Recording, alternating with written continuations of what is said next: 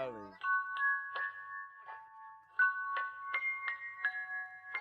oh, don't worry. We're gonna get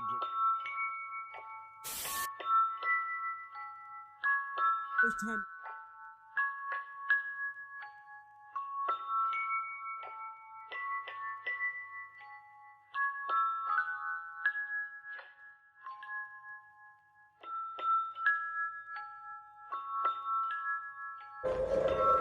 Attention citizens, nuclear strike imminent. Please exit the area at your earliest convenience.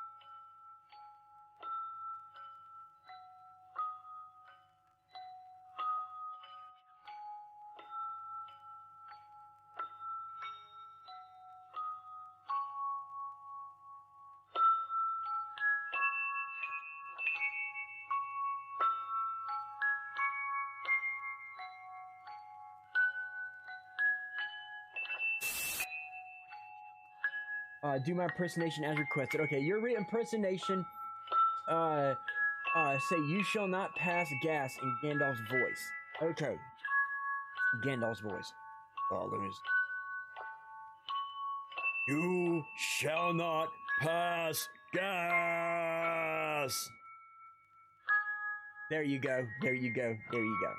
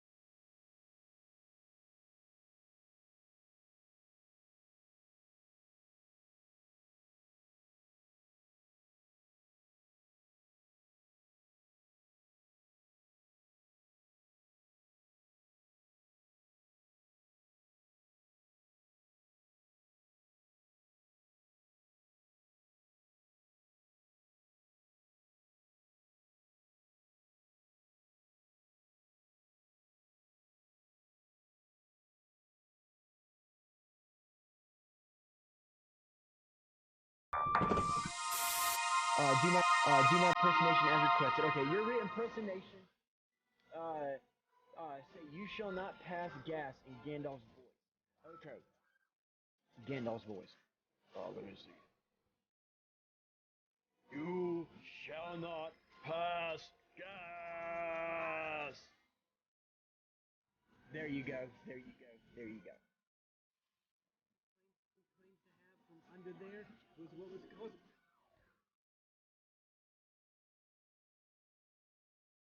Sorry for that, guys.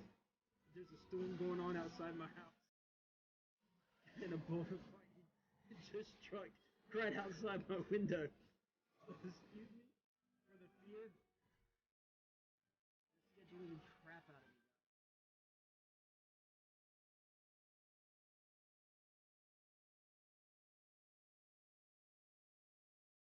They can't get to me. Oh, okay, they got me. They can't get me. Well, I didn't know that they knew where I was. Oh, they're teabagging. Okay, I'm dropping out.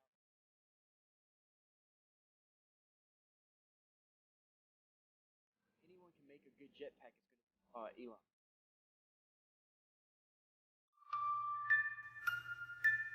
Yeah, he is the Nikola Tesla of our time, ladies. Supply Jeff Stream Demons show through horns up everybody for the motherfucking Stream Demons. The best stream team from Discord out there, everybody. Stream Demons.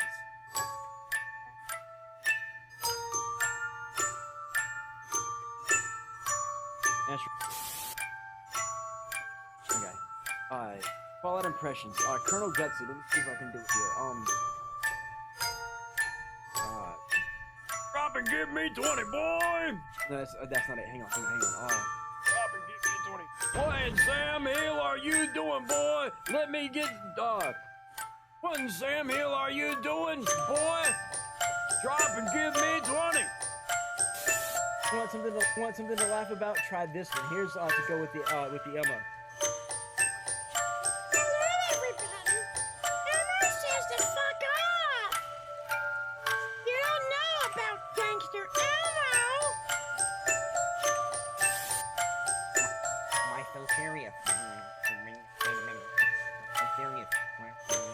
He was some, I don't know what the fuck he was, okay? He may have had washed out version of the joke.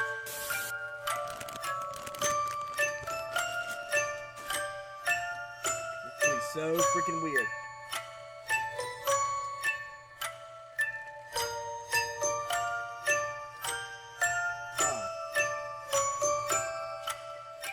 And it burns.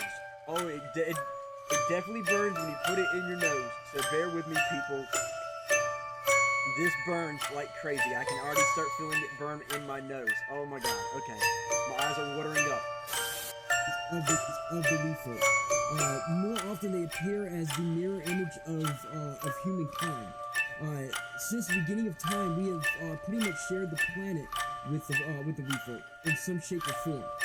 In ancient Rome, they had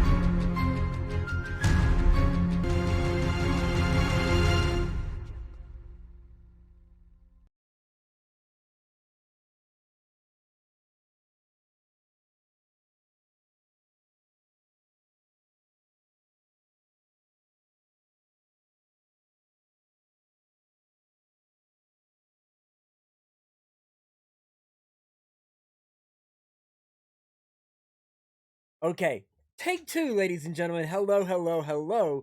Welcome to yet another episode of Retroactive. Glad to have everybody here. Now that I have my sound back, I forgot to turn the sound on, but there he is. Yep, there I am. Woo, exactly. Reaper, been missing you, buddy. Uh, Hopefully everybody out there has had a good holiday. Streamlabs, Cloverdraw, a bunch of everything. Gotcha. Okay, so hopefully everybody's had a good holiday. Hopefully you're all recovering from whatever kind of holiday you had. I'm recovering from mine very well. So yeah, there's so much going. As you see, I've been doing some work to the streams. I got rid of all the Christmassy stuff. There's no more holly, no more snow. Everything's going back to normal. The music is back to normal. I've added the random clip player. I've got my shout outs. Speaking of the shout outs, watch this. I got my your button truffle back. shuffles are no more retro. You cannot take away the Oh, truffle Jeff is shuffle. Lone Wolf shouted out Tabitha, so there goes a shout out right where there. were your chat Clip point player is redemption back, things? everybody. If 'Cause you I would didn't like see to, any. I was if you're a trying to redeem streamer some and you chat would like points to add today. this to your stream, Twitch Guru, everybody, the Twitch Guru. Or the Alliance, Tenacious get out of here, W, Andy. You the don't even Twitch know what you're Guru. talking. You don't even know. I You don't know will be nothing thanks about to the Warcraft. inspiration of Tabitha Sabbatha and A suggestions new from run her. of testing in I November. will I'll be have to check that starting out then. next Sunday New World on PC. a tutorial stream for other streamers, Sparta. teaching them all the cool stuff about I can't believe streaming, you removed the getting truffle started, shuffle. all that Why? kind of stuff. Thanks for the Why? shout out. You're welcome. Is it I'm about to because do some Supply more here in a Jeff has the second. most epic truffle shuffles that you could Speaking of never shout outs, compete? make sure with you the follow shuffling of that Tabitha truffle? Sabbatha, everybody. She along me as the inspiration behind my the stream that I I'm don't about think to talk anyone about. truffle shuffles like Daddy She does a Kraken. lot of great things, from pixels and chill to her once a month streams on Sundays, to her her At Wow least this one has Wednesdays, bumpers. her Resident Evil streams. Definitely check her out. She is a Devon. Oh, we got Jeff is Lone Wolf on the ball with the shout outs. Thank you, Jeff is Lone Wolf. There goes. Call Overdraw is another person you want to add. I had the pleasure of chatting with him. He's a Stream Demons, horns up for Stream Demons. I had the pleasure of chatting with him one day with Ivory Gale in her stream one day, and a few others. It was actually a really great chat. I enjoyed it immensely. So definitely check him out.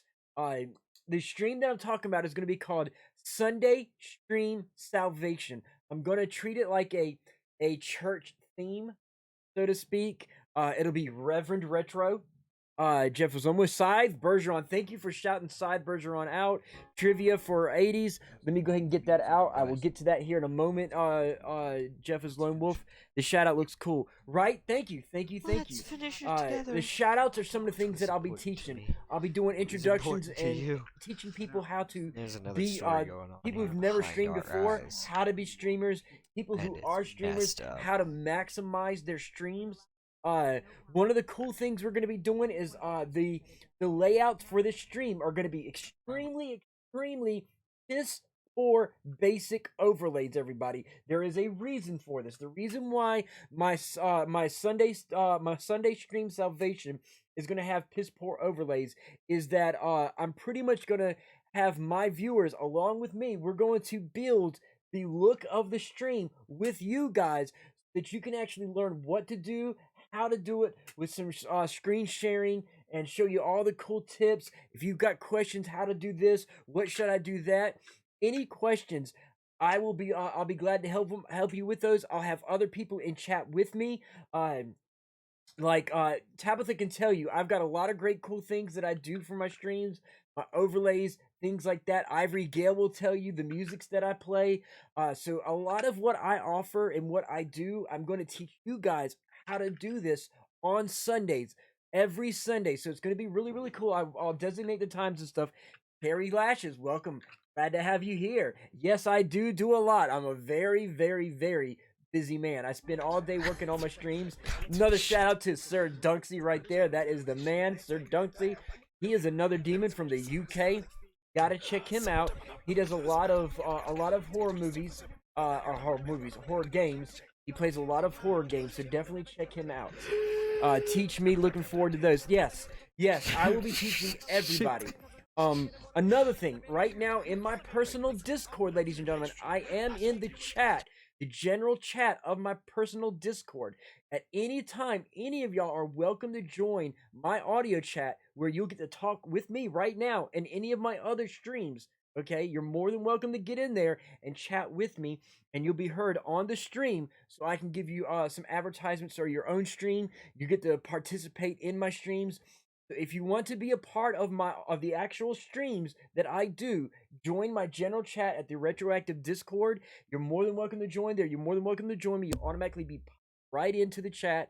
So definitely join me. But yes, Mystery Monday should be Horror Mondays. No, Mystery Mondays, horror is a whole completely different thing because I do more than just horror-based stuff. Yeah, it's kind of scary stuff, but it's more paranormal type information. So Mystery Monday, we're talking about the mysteries of the unknown, so Mystery Mondays kind of fits the paranormal discussion genre. I may do some horror stuff. I've got a lot of stuff coming. I've got some stuff I'll be doing on YouTube. Hogo's in the house. My man Hogo. For those who don't know, Hogo is another UK streamer that I'm friends with. I found him thanks to Frankly Faye. Frankly Faye, which in a minute you're going to see a pop up here in a second. There we go. We got another one. There he is right there. With Hogo, I found him through Frankly Faye. Frankly's husband is Tenacious W, aka the Twitch Guru, who is the joys. He's the guy that made this Twitch this Twitch clip player possible. This is all thanks to the Twitch Guru. Right. If you look in my stream, there's links to the Twitch Guru in my About Me section. I will be teaching you guys how to put these in your stream. Do me. Okay, we can do you too. Hang on. Build one for the Repo Reaper. There we go, right there. There's a shout out for the Repo Reaper, everybody. Check this out. There's my boy Repo Reaper. It looks like he's playing Sea of Thieves. So we got a lot of great people in the stream tonight, everybody. Almost everybody that I'm seeing here are people that I love to death, and I'm glad to have each and every one of you here. Eon Rock and Roll is here. Oh, that's an old clip. Yeah, it randomly picks the clips, Repo. We don't get to pick the clips that it has. It randomly picks the clips. So I have no say over what clip is played. Once the shout out happens, the algorithm pretty much picks the clips and plays it out there. So yeah, it's all completely random. You never know what it's gonna play. That's when I had the green screen corner set up and I was playing battleships in VR. Nice. Okay, got you. Eventually, I want a VR setup. Myself, I gotta save money, get the computer upgraded. Once I get the computer upgraded, I'm gonna look into getting an HTC Vive and do some because I've got Borderlands, I've got Fallout, and I've got Skyrim in VR, and I want to play those so bad. So I got a lot of great things coming, guys. I'm trying to stay busy, create content. A lot of the content for this Sunday Stream Salvation, the tips and tutorials, teaching you guys how to do your own stream and making your stream awesome. A lot of those are going to become YouTube content as well. I'm going to highlight them, clip them, and put them over to YouTube for people to be able to watch later down the road. If you need to go to a specific thing, like, oh shoot, how did he do those shout out clips? Let me go back to the shout out clip thing. You could go to YouTube, find that episode, and it'll be clipped. So you can go just to that one specific part and not have to watch the whole episode over again. You can just flip through the YouTube clips and find the individual clips for the things that you want to do. So I've got a lot of things coming in store. I can't wait for that. Yeah, a lot of it's going to be good. So yeah, real quick, let me do this trivia that John Blitz had redeemed. So as y'all know, I've got my little trivia here, and I'm going to play this through. So yes, and I've got some other things that I want to talk to y'all about, especially for New Year's. Because as we know, New Year's is Friday. I do my Fallout Friday. I have a lot of plans that I hope some of y'all will be a part of. Anyway, let's see here. Okay, here we go. Here's a good one. This is 1980s, guys. 1980s trivia. Found in Europe, what 96-mile-long structure was destroyed in 1989? Found in Europe. What 96-mile-long structure was destroyed in 1989? I'll give you guys a few minutes to answer that. And if no one answers, I'll drop the answer out myself. But I'm gonna give you guys a chance to answer while I do that. Let's see. False alarm. I fixed it. Antivirus installed then uninstalled it because it was shit uninstalled. My video drivers thought my graphics. Got you. Trust me, I know those real well. Sailcat. Oh, Sailcat and Tabitha. Hellcat and Tabitha, Andy on Rock and Roller. Everybody's dropping it in. Yes, you guys are all correct. It is the Berlin Wall. So that's how I love my trivia. It's nice to think all the things that people missed the question. Just asking what structure was destroyed in 1989, Hell Monkey. But I love my little trivias here. I've got more coming. New stuff coming, guys. New trivia, new interview questions, all kinds of stuff. Yes, I promised back in the day I would have interviews. I'm going to be having interviews with my Stream Salvation, Sunday Stream Salvation, ladies and gentlemen. I have a famous streamer that I'm in talks with appearing via Skype on stream with me. Okay, so I'm going to have someone really, really cool. Okay, this guy is a very famous streamer. I don't know him personally, but he does a lot of tips and tutorials for streaming. What better person to have on my stream than this person? But yes, I've actually communicated with him. He's going to be getting a hold of me here in the next few days. We're going to plan it out. I got to get my stream going, but I've got a surprise guest coming for my Sunday Stream Salvation when I get it going. I'm not going to tell you who it is or what it is, but I've got a surprise guest. And no, he's not UK. He's not UK.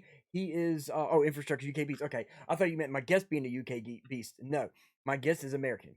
But I got a surprise guest coming for you guys. I'm happy about it. I am really happy that I reached out to this person and this person actually responded. I didn't expect them to respond. It was out of just an off the tick kind of whimsical, hey, shits and giggles, everybody. Let me message this person, and I'll probably never hear nothing back from them. Literally 5 hours later, I'm getting a message back from the person saying he loves the idea. He said that it shows initiative and it shows care. He loves it greatly, and he'd be more than willing to do something with me, and he'll actually contact me more about doing so. So I've got some stuff in store for you guys. It's Zach Bagans. Oh no! If I had Zach Bagans up here, it wouldn't be to interview him or nothing. I would be up here. Oh, applause, everybody! Applause. It would be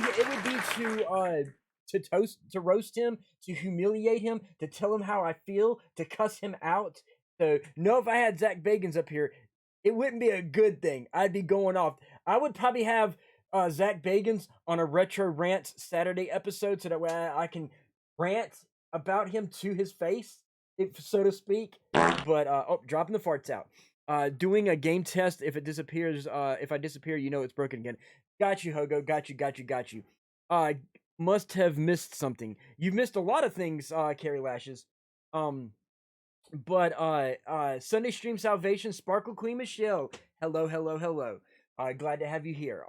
So anyway, I've got a special guest, famous streamer that is going to make an appearance on one of my Sunday Stream Salvations.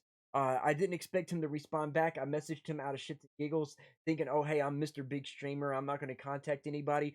But sure enough, this guy was humble enough to actually respond to me with 5 dropping the last out. But he responded within 5 hours, and he was actually more than willing to get a cameo or an appearance for an interview on the stream and offer tips as well. So I've got a surprise for you guys boiling in the works. Okay. But yeah, getting back to Friday, New Year's, everybody. Friday, New Year's. Friday is Fallout Friday. Okay. Friday is also New Year's. Any of you out there that play Fallout on the PlayStation 4, I want to get you guys to join me in Fallout celebrating New Year's in the White Springs Resort. I want to get as many people. That's awesome. He responded and is helping you. Yes, Tabitha, as soon as the stream ends, I'll tell you who it is. You will be the only person who will know who the person is. And you'll be surprised. You will be surprised. Why do big streamers never answer? Some of them get too big for their britches. If big streamers actually respond and talk to people, they're the streamers I care about. Some of the famous streamers that I talk to a lot that are actually humble and actually communicate and interact with their streamers. One of my biggest ones is Danotage. He's the one that wrote the Twitch book that I had bought and wrote. I read. He's really humble and he loves his community. He talks to every single streamer. My Australian friend Nazy, she's really big about communicating with her fans and doing charities. The surprise guest that I'm gonna have. He's very humble, it seems now, and is into his community and reaching out and communicating with people. So yeah, there's a lot of them out there. Stone Demon, welcome, love you too. Hey, glad to have you here. You're one of my paranormal buddies. Can't do a paranormal mystery Monday without Stone Demon in the house, ladies and gentlemen. It just wouldn't be the same without him. Nazy, answer the streamer who does the yes, that as in the streamer, yes, that is the one. Jeff is Lone Wolf. That is Nazy. Yes, she is from Australia. She's a really awesome person to talk to. So yes, I follow. Same here. I've been friends with her via. She followed me on Instagram out of the blue. I'm like, who's this? So I go to research her, right? She's sending me messages on Instagram, not knowing who she is at first. I'm like, who's this Nazy anyway? Seems she's got a lot of followers on Instagram. Let me go check her out. So I go to look her up, and sure enough, she's a huge Twitch streamer and YouTube and Instagram and Twitter and every possible thing you can imagine out of the blue. Okay. And here I am talking to her, and so I go to her streams, I follow her. She's like, oh my God, Retro, and I'm like, yeah, hey, I was like, I decided to follow you since you had me on Instagram. And she is a sweet, awesome female streamer. Let me tell you, she's very comical. She's very bubbly. So yeah, does Hogo count as a cryptid? Hogo can count as a cryptid, yes. I will count Hogo as a cryptid, ladies and gentlemen. You heard it here first. Hogo is a cryptid. So yeah, I've got a lot of streamers that I'm now friends with. A lot of pro streamers. Stone Demon, I'm listening to you on iPad, but I'm live. Got you. Stone Demon, if you ever want to join, I'm in the personal retroactive personal Discord. I'm in the general chat. Anybody who's a member of my personal Discord is more than welcome. Join the general chat and join me right now live in my headset with me and on stream. Sounds like my week. I'll tell you later, Retro. Hey, Claw, anytime you want to chat, Claw, I'm more than anybody who wants to chat with me, hit me up. I'm all for chatting. Claw, I enjoyed our conversation with you over in Ivory Gales. Jeff is Lone Wolf. If you can do me a favor and shout out Ivory Gale for me. She's not here in the stream, but I want to drop another shout out to her. Hello. What? Hello. What was that? Oh, shift out. Okay, yeah. I'm sitting there. It's my own sound effect that I didn't even know what it was. Did she ever come into the stream? No, I've never had her in the stream. Ivory Gale, ladies and gentlemen. Ivory Gale, one of my fellow stream demons. I've known her for a while. I've met her via my friend Flor Divinity. Okay, so thanks to Flor Divinity, I am friends with Ivory Gale. She's a great streamer. So make sure you check her out. Make sure when you follow her, if you don't follow her, be like, hey Ivory, I found you through Retroactive, so she knows that you found her through me.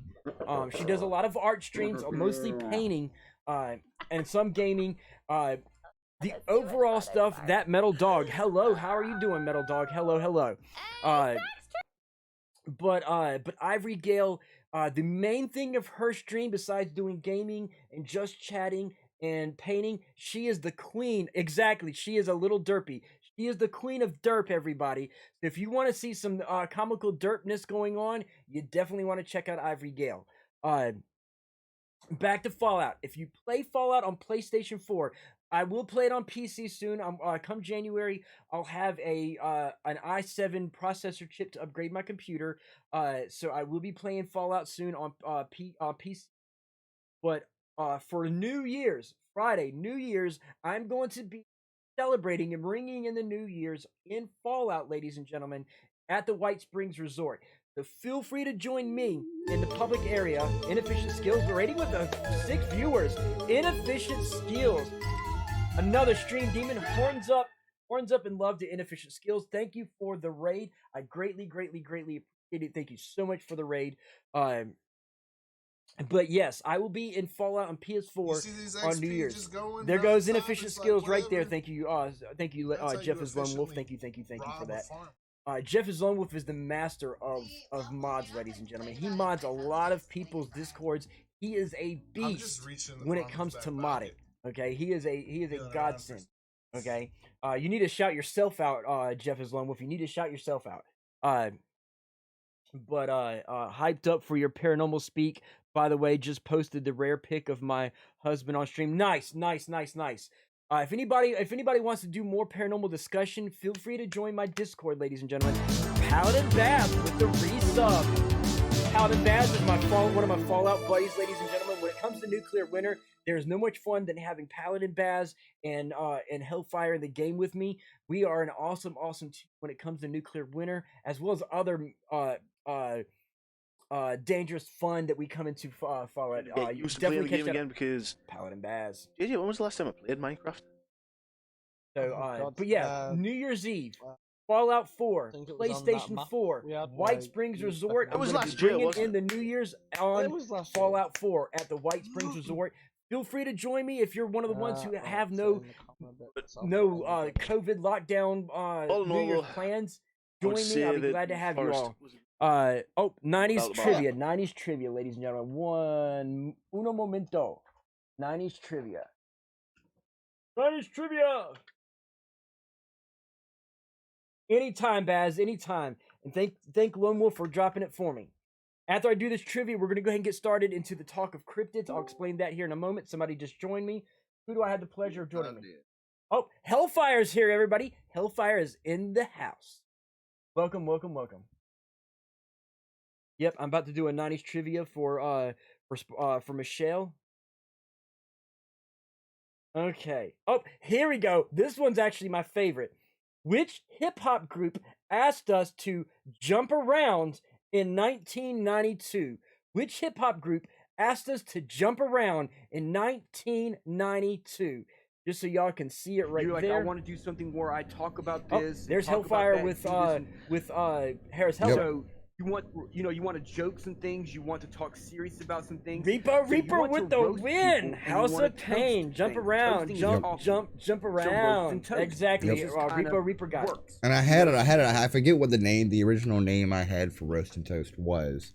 But it was something along the same lines, and you're like, well, what about this? And I was like, oh my fucking god, you're a goddamn genius. You had something with a roast. Leather Rebel, believe it or not, when it comes to hip hop, Repo Reaper knows his hip hop. Okay, me and Repo, that's how I met Repo Reaper, is thanks to back in the day, I used to be part of a record company called Grimtown Records. Okay. Grimtown Records had the pleasure of having a group called Unstable. Okay, they did the horrorcore genre, and anyway, with that, he Monk with the resubscribe. Thank you, Monk in the house. Monk is a 252 person like me in Hellfire. He's from my local town, a real life in person friend. Did you? How'd that go? Good. He is. Monk is a really cool guy. I've known him since he was in high school. His stepfather, my grandfather looked to his stepfather as another son. So there's a nice little connection with Monk. But talking about Grimtown Records and Unstable, eventually once I joined as their stage manager and became a co-owner of Grimtown Records, we went to all kinds of different places, all kinds of stuff, sometimes cool, mostly an ass, lol. But I ended up getting to meet Repo Reaper. Eventually, we created a character called Satan of Grimtown, ladies and gentlemen. I had the silicone Satan mask that I was doing tattoos, and where I would wear the mask. They would pay for a tattoo called the Mark of the Beast, where they got to pick whatever tattoo they wanted, but I would wear my Satan mask to give them a tattoo. That Satan mask eventually became Satan of Grimtown, where you would see me on stage with Unstable wearing that. You would see me in music videos. But thanks to that group and the experiences that I had with the horrorcore genre, with the hip hop recording and stuff like that, I got to meet Repo Reaper, who became a really good friend. And there was a point in my life where most of y'all don't know, but I lost the tip of my finger. Okay, and because I lost the tip of my finger, it may not be much of my finger missing, but it was enough that it caused me a lot of mental and emotional issues. And to I couldn't draw anymore. I couldn't do tattoos. I can draw now, but I can't do tattoos anymore. I can't play my saxophone anymore. So I had this whole issue in my head going on, and it was Repo Reaper that kind of helped me through everything, talked me through everything, and allowed me to accept my issues and stuff like that. You better go look for that, right? I need to go look for it, exactly. But dude, the pics of you sent me, exactly. Oh, it was a gnarly event. But if it wasn't for Repo Reaper, I probably would have freaked the fuck out worse than ever. But he helped me kind of piece myself together and become a better me. It's a piece of you that's gone forever. That's exactly what it feels like. It's no joke. Yeah, it's not. It's not. Damn, I love the saxophone. Leather Rebel, I used to play it all the time. I marched with it in high school. I still have the saxophone, but my finger can't reach one of the keys. So I've got an electronic saxophone now that is MIDI capable. I can reach those keys, and I somewhat still play saxophone. It's just not the basic wind instrument. It's now a digital wind instrument. So it's kind of the same, but yeah, I mean, it is what it is. I made do and went forward. I'm always there for anyone who needs an ear. Exactly. That's the reason why Repo Reaper is one of my good friends. That getting said, let's go ahead and switch gears, ladies and gentlemen. Let's switch gears. Get on the topic that everybody is here for: paranormal discussion. We're going to talk for the next few episodes. We're going to talk cryptids, everybody. We are going to talk cryptids. I had a lot of you guys, literally, probably what was it, the past 4 or 5 episodes, Hellfire, where they asked about cryptids. It's been a while. People have been like bringing it up, won't know this about it, won't know that about it. So it's like it's been a while. Yeah. So I figured, hell, let's do it, ladies and gentlemen. Let's do it. So we're pretty much going to talk, do an introduction to cryptids. And then each episode after, for a while, we're going to talk in depth about specific cryptids. Corey's the expert on this subject. We'll make sure whoever Corey is, you get him in here. And Corey. Okay, I'm not even thinking. Stone Demon. Duh. I'm so used to calling him Stone Demon, I forgot his freaking name. Zach Fakins. Okay, we got an impersonation real quick. Let me drop that off while we get ready and start the show. If anybody doesn't know who Zach Fakins is, it's Zach Bagans, a.k.a. Ghost Adventurers, everybody. The biggest douche in ghost hunting. What was that? What was that? What was that? Did you feel that? Hear that? What was that? What was that? I've been waiting for cryptids and more aliens. Well, I've got ghost debunking tonight and alien debunking. Like I said, I'm gonna have an hour of alien debunking and an hour of ghost debunking. I'm still keeping with it, ladies and gentlemen. Gotta stay on the ball. So anyway, cryptids. Webster's defines cryptids as an animal such as Sasquatch or Loch Ness that has been claimed to exist but never proven to exist. Never gets old. No, it don't have it. Every single time, it always gets funny. In fact, you want to know something else that doesn't get old? No, don't show me your butthole. For those who don't know, that was Tabitha Sabbatha, ladies and gentlemen. Anyway, the first use of the word cryptid was in 1983, and it derives from the pseudoscience of cryptozoology.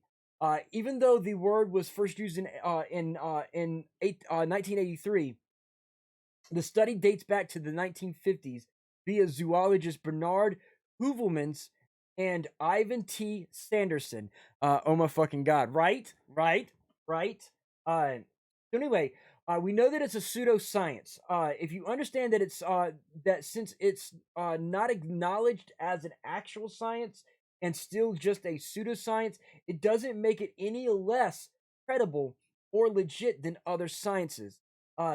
Its study is based off standard zoology, only it's focused on animals and creatures that have been claimed to exist but not proven to exist. So it's still founded through actual science. It's just because it focuses on an area that some scientists are like, oh, I don't believe in the Loch Ness monster. So it's considered a pseudoscience. They do everything in cryptozoology that they do in regular zoology. So in my mind, in my eyes, giants are the real are real. They were found in Greece. To some degrees, John Blitz, that is true. if you go back to biblical terms, Goliath was a pseudo giant. Giants aren't what we thought of, like we see in fairy tales where they're super huge, miles high, Jack and the Beanstalk style giants. Most giants, like that one basketball player and stuff like that, they're men that were just like really, really tall to like 7 foot degrees. If I'm correct, Hellfire, if I'm right, the tallest known person has been in the 7 foot era, correct? Even found in bones? I want to say he was a little over 8 foot. 8 foot, right, but right. that was like one person. Yes, Goliath was considered a Nephilim, ladies and gentlemen. Exactly how monkey. That's something else I wanted to point into. Eventually, I plan to get back into the talks about Nephilim and different people in folklore that were said to be Nephilim or be the Nephilim. Supply Jeff, ladies and gentlemen, the Kraken has been released. The Kraken has been released. I will add to that. Oh my Go ahead. God. According to measurements in the Bible, Goliath should have been around 10 foot. There's no way to prove that outside of biblical. Yeah. I know that the largest bones found in research and recorded living giants that was either around 8 to 10 feet, like you said. So yeah, I think it was a little over 8 foot. Right, a little over 8. Proven. So I think that the measurements of Goliath being around 10 foot, I think that was biblical exaggeration, and he was actually around the 8 foot area. But they're like, oh, he's got to be 10 foot tall, exaggerating it a little bit. I think it's a possibility. I think he might have been on the bigger side. I think he might have been pushing 9 foot. But when somebody's 9 foot and your average height in the world is like 5'5" at the time, things are bigger than what they appear. Versus 10 foot isn't that big of a difference. Because we got to understand, their age recording was different than ours. That too. So if if they recorded age differently than us, they record their measurements differently than us. Well, their measurements was in cubics or something like that, and it was converted into feet later. But and see, the thing is, they had no exact measurement to the degrees for that. A lot of it was guesstimated, and then it went into cubics. Howdy, Tabitha. I'm doing so much cleaning at the work. Gotcha.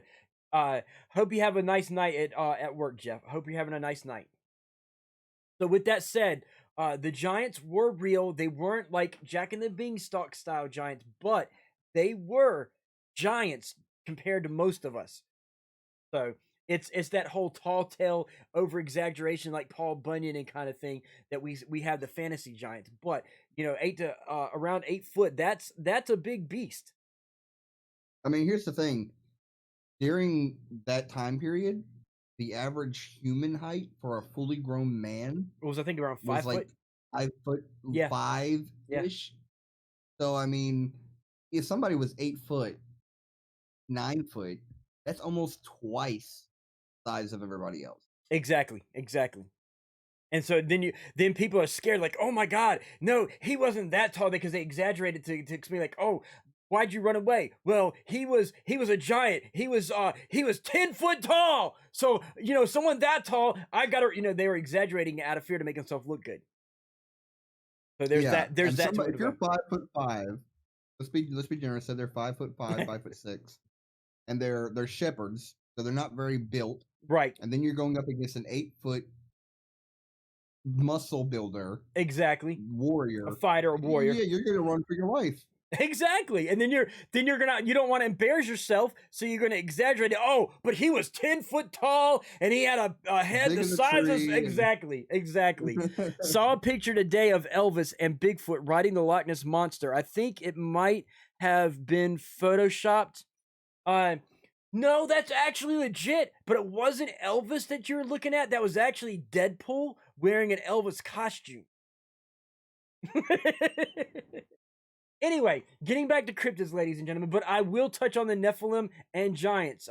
Giants are something that did exist, and I will talk about that. That's a definite good idea for a paranormal a Mystery Monday, ladies and gentlemen. But anyway, other cryptids besides the Loch Ness Monster and the Bigfoot, are the Chupacabra, the Mothman, the Flatwoods Monster.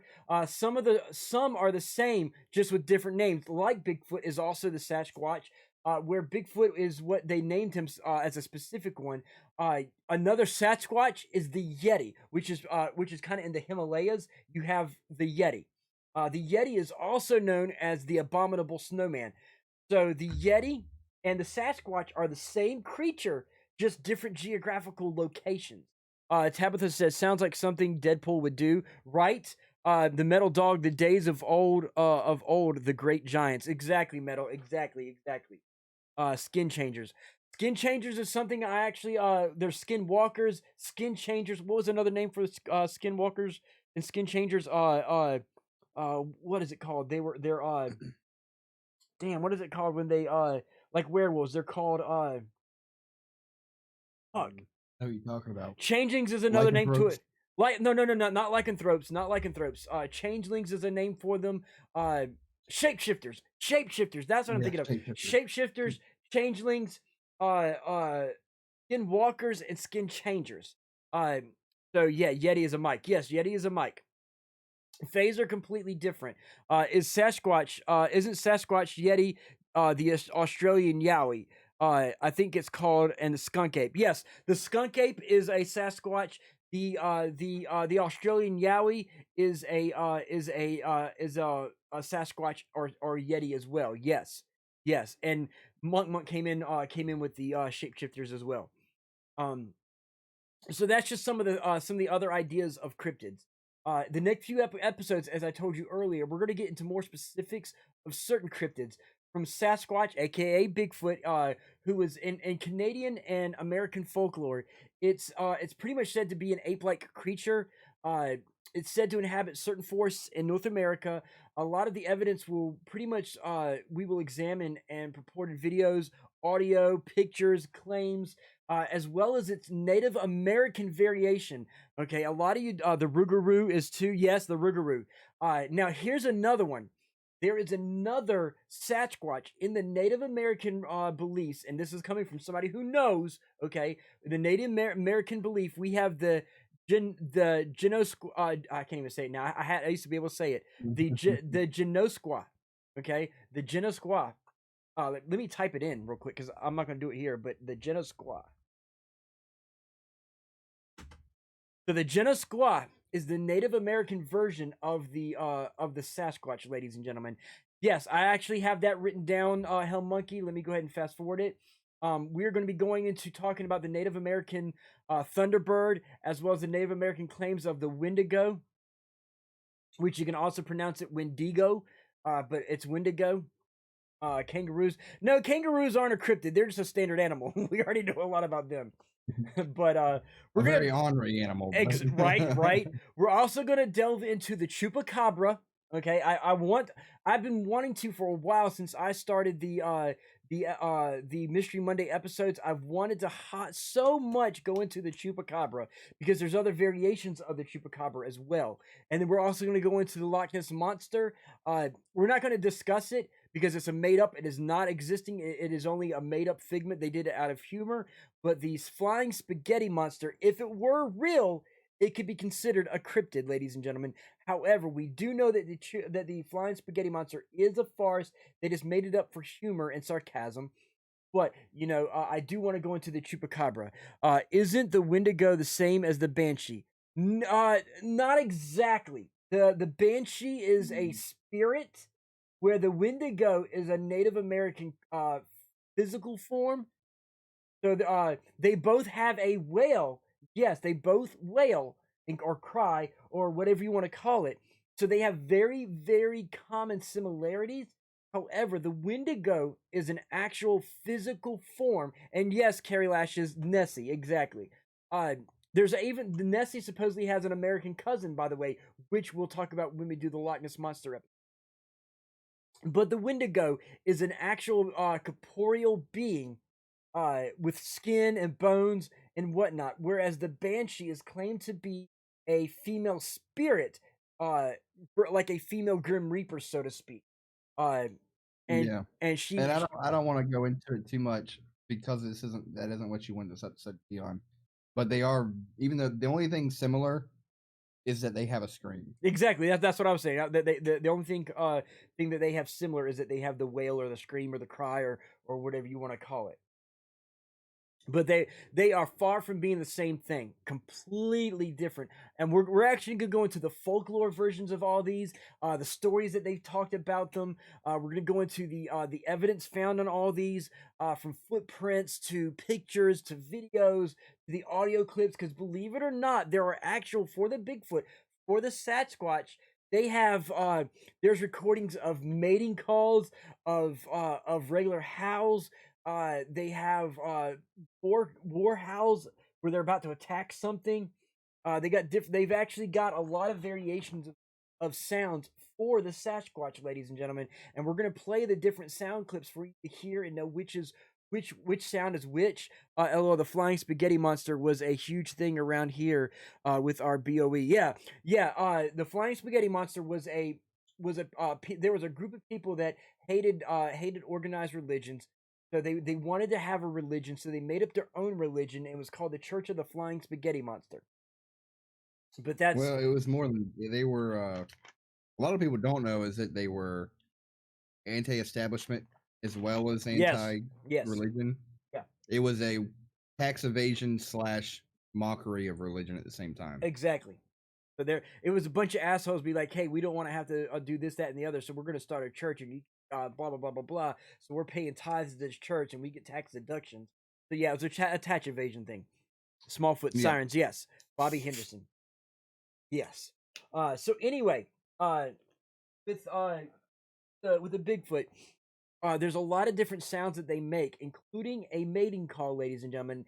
And it's funny to know that people have somehow said, oh no, this is a mating call, this is that. Okay, we're talking about a creature that you have yet to discover face to face and able to physically research in person. Looked at a lot of Bigfoot videos, and 99.9% is crap. Yes, we're actually going to get into that. So with the mating calls, a lot of zoologists and cryptozoologists, the reason why they say it's the mating call is the Sasquatch sounds like the cross between an ape and a wolf in one. Okay, they sound like an ape and wolf. How they sound as the same, it's hard to explain, but they sound like a wolf and an ape together. And so they're like, oh well, this sounds almost similar to the same registers as the ape mating call. So, because they're similar to an ape, this has to be the mating call of the Bigfoot. For all we know, this could be the mating call, could be the war call, and they don't know. But they're the zoologists, they know animals, so they're basing what we know of as the Bigfoot for these other animals and basing the similarities off of those. Chat says, let's see, he just got lonely. Exactly. Hey, what can we say? There is no Bigfoot.com mating site. The Bigfoot doesn't use the internet, so he can't go online dating. I can see it now. Imagine the Bigfoot dating call. If you're looking for a woman, wipe left. She got big feet. Love her. Oh, she got tiny feet. Like her. Oh, look at those toes. Oh, look at that fur on that one. Oh my God, that's such a shiny coat. Oh my God. So I'm back. Had to get some seconds on that fire ass corn pudding. Nice. Tell your wifey I said hello. But yeah, the Bigfoot dating site. It's kind of like eHarmony, but for Bigfoots. We'll call it I don't know. Foot Love. Big Tinder. Big Tinder. There we go. Big Tinder. I like it. Yeah. Big Tinder. David Paulides, his missing 411 is great source for Bigfoot info. Yes.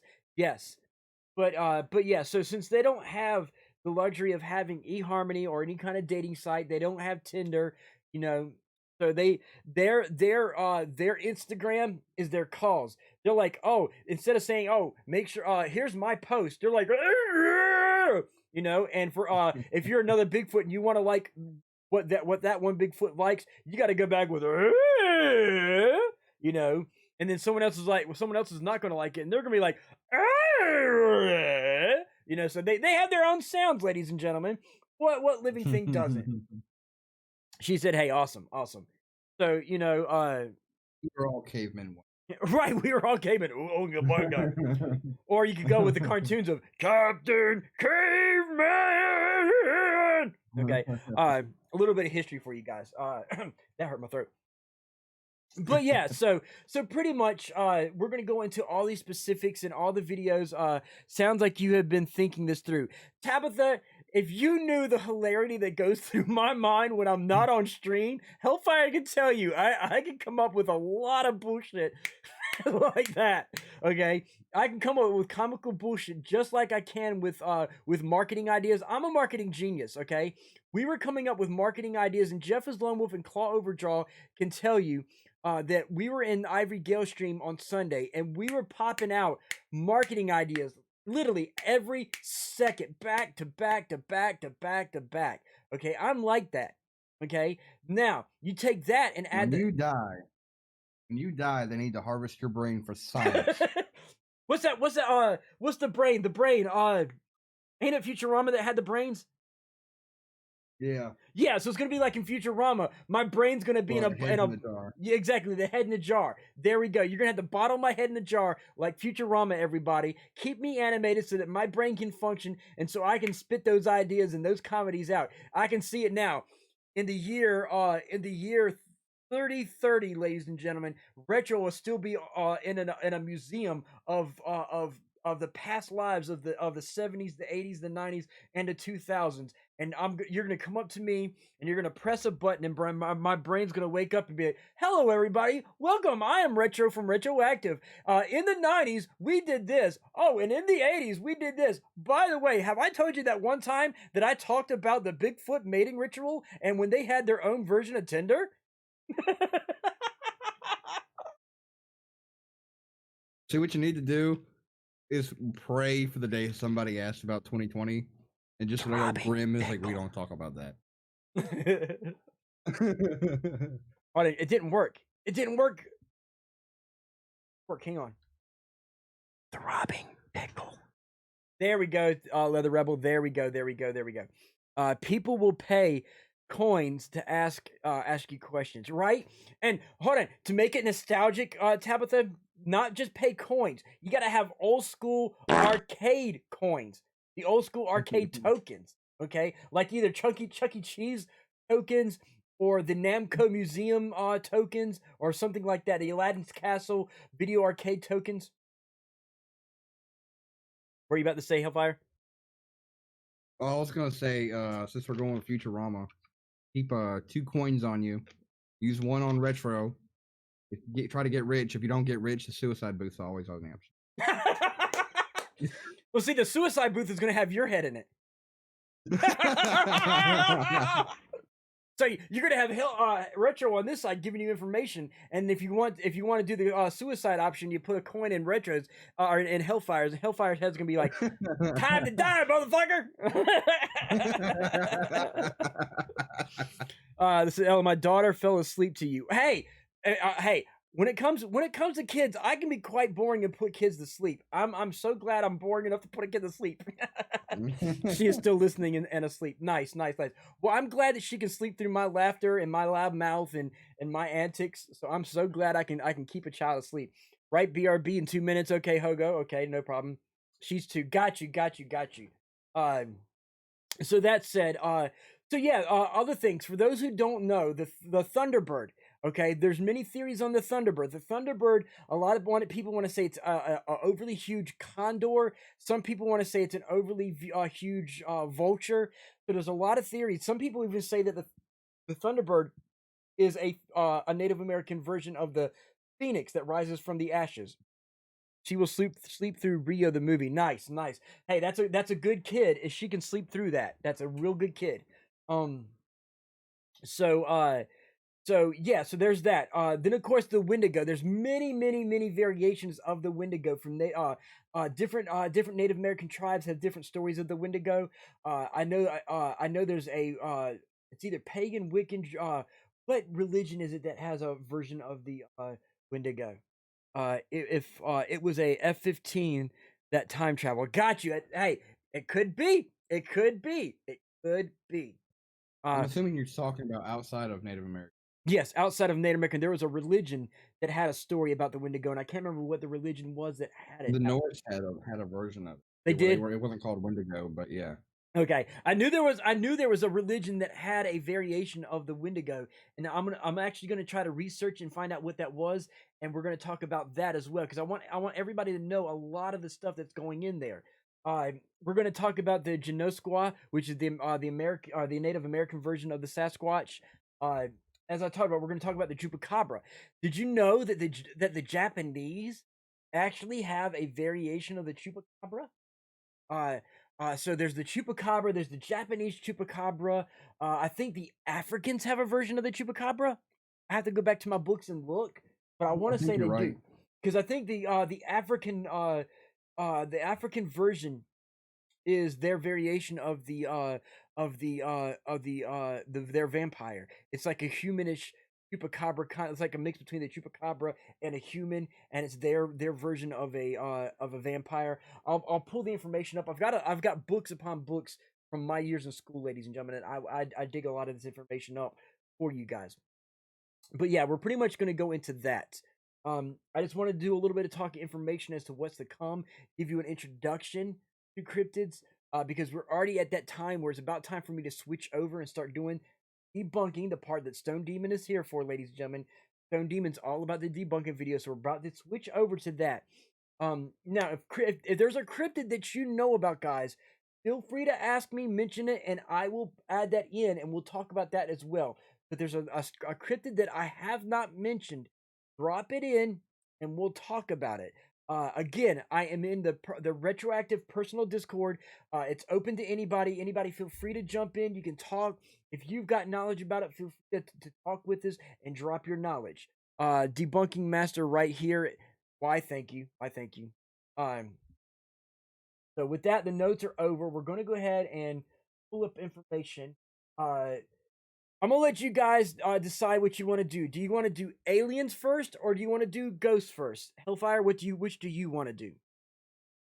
I'd like to see aliens. Aliens first? We did it last week, but it's still new. Okay, so aliens for Hellfire. How about you guys? Okay, Leather Rebel says aliens. Cellcat said shut up, people. Is that cryptid or demon category? They could be cryptid, but they're more into the demon ghost area. Cellcat. So I try to keep it to the demonology ghost sides of things, because it's more closer to that than to cryptids, but they could be considered cryptids. So we got 3 for aliens, more demon at Cellcat. Aliens, we got more aliens. So we're gonna start with aliens because it seems that's the predominant thing, and we'll end it with ghosts. So let's go over here. We're gonna switch to screen, ladies and gentlemen. Now, as always, I have not seen any of these. I'm watching these with you guys live. This is the first time for me watching these. As you can see, I have not watched it yet. Shadow people are a symptom of schizophrenia. That is one of the theories, Repo. That is actually one of the theories, and we will actually talk about that.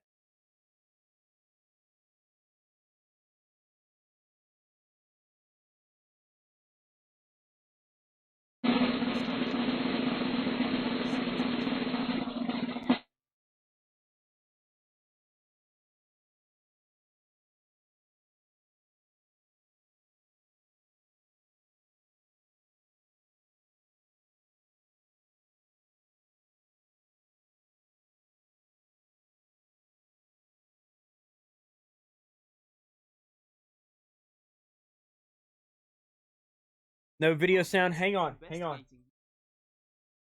No video sound. Let me switch over and figure out why the video is not going through. I had the audio all fixed out.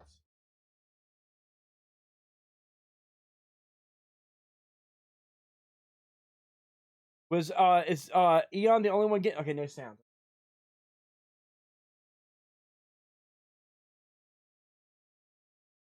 Hang on 1 second, ladies. Go to my movies. Every streamer's worst nightmare. I know, technical difficulties, ladies and gentlemen. Technical difficulties. Why is it not?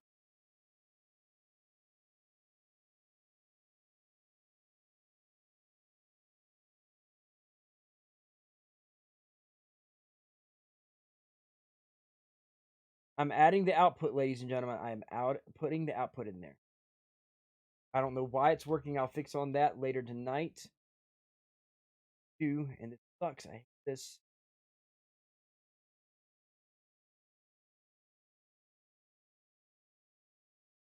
Tell me if y'all can hear it now. Ring the bell to get notified about our latest videos. Check system For this sounds. list, we're Repo, yeah, I'll check it out. I'm weirdest using the and Wave, most so I got compelling alien the and Elgato UFO Wave, so I'll sightings check it from out around later. the UK. Well, it might have got 10, rerouted at Diamond this in the point. It probably did. I'm in gonna the check it. system. In 1990, two hikers outside the small village of Calvine, Scotland, made history with one of the most convincing UFO photos ever taken. However, bizarrely, this photo was allegedly covered up in the 1990s by the Ministry of Defense, which apparently had a one-man department investigating UFOs for a number of years. Before the existence of this department was even public knowledge, the photo of a large diamond-shaped object did the rounds of various intelligence organizations before vanishing forever. Okay, now this right here is the supposed image that they caught. Okay, now if I'm sorry if this image right here, this image, like, I can't tell right now if it's CGI, but you would think if this image was caught and seen by people, would this not have been spread everywhere?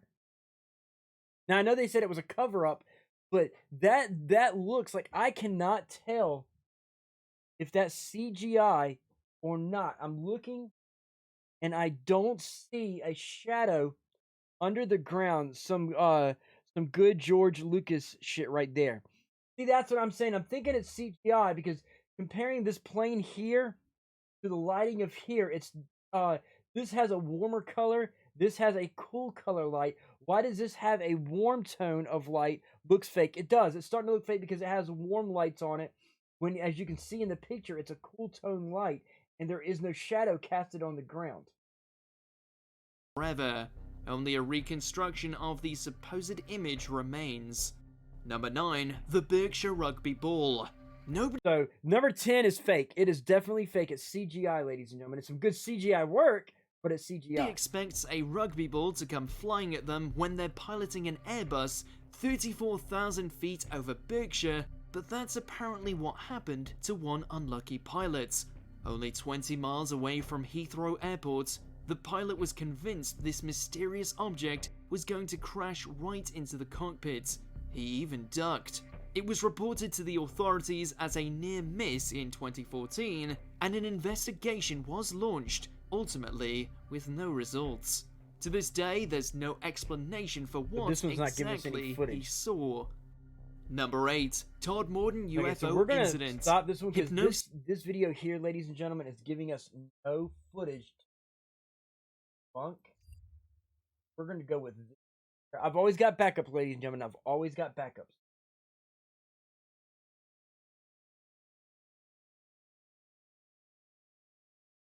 Cameras all over North Carolina. I'm ready for my close-up. Here we go. North Carolina's Candid Critters is a group of people who set motion-activated cameras all over North Carolina with the purpose of capturing the local wildlife in their natural habitat.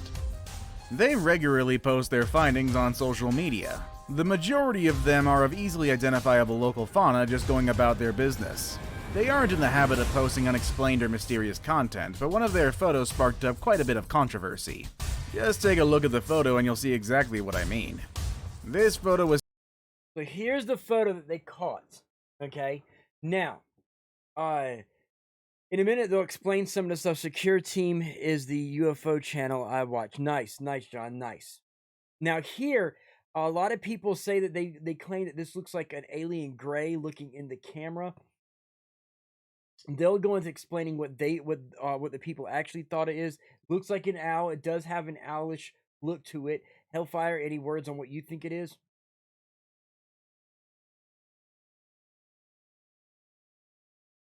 Fire. Let's play and hear what they say it is.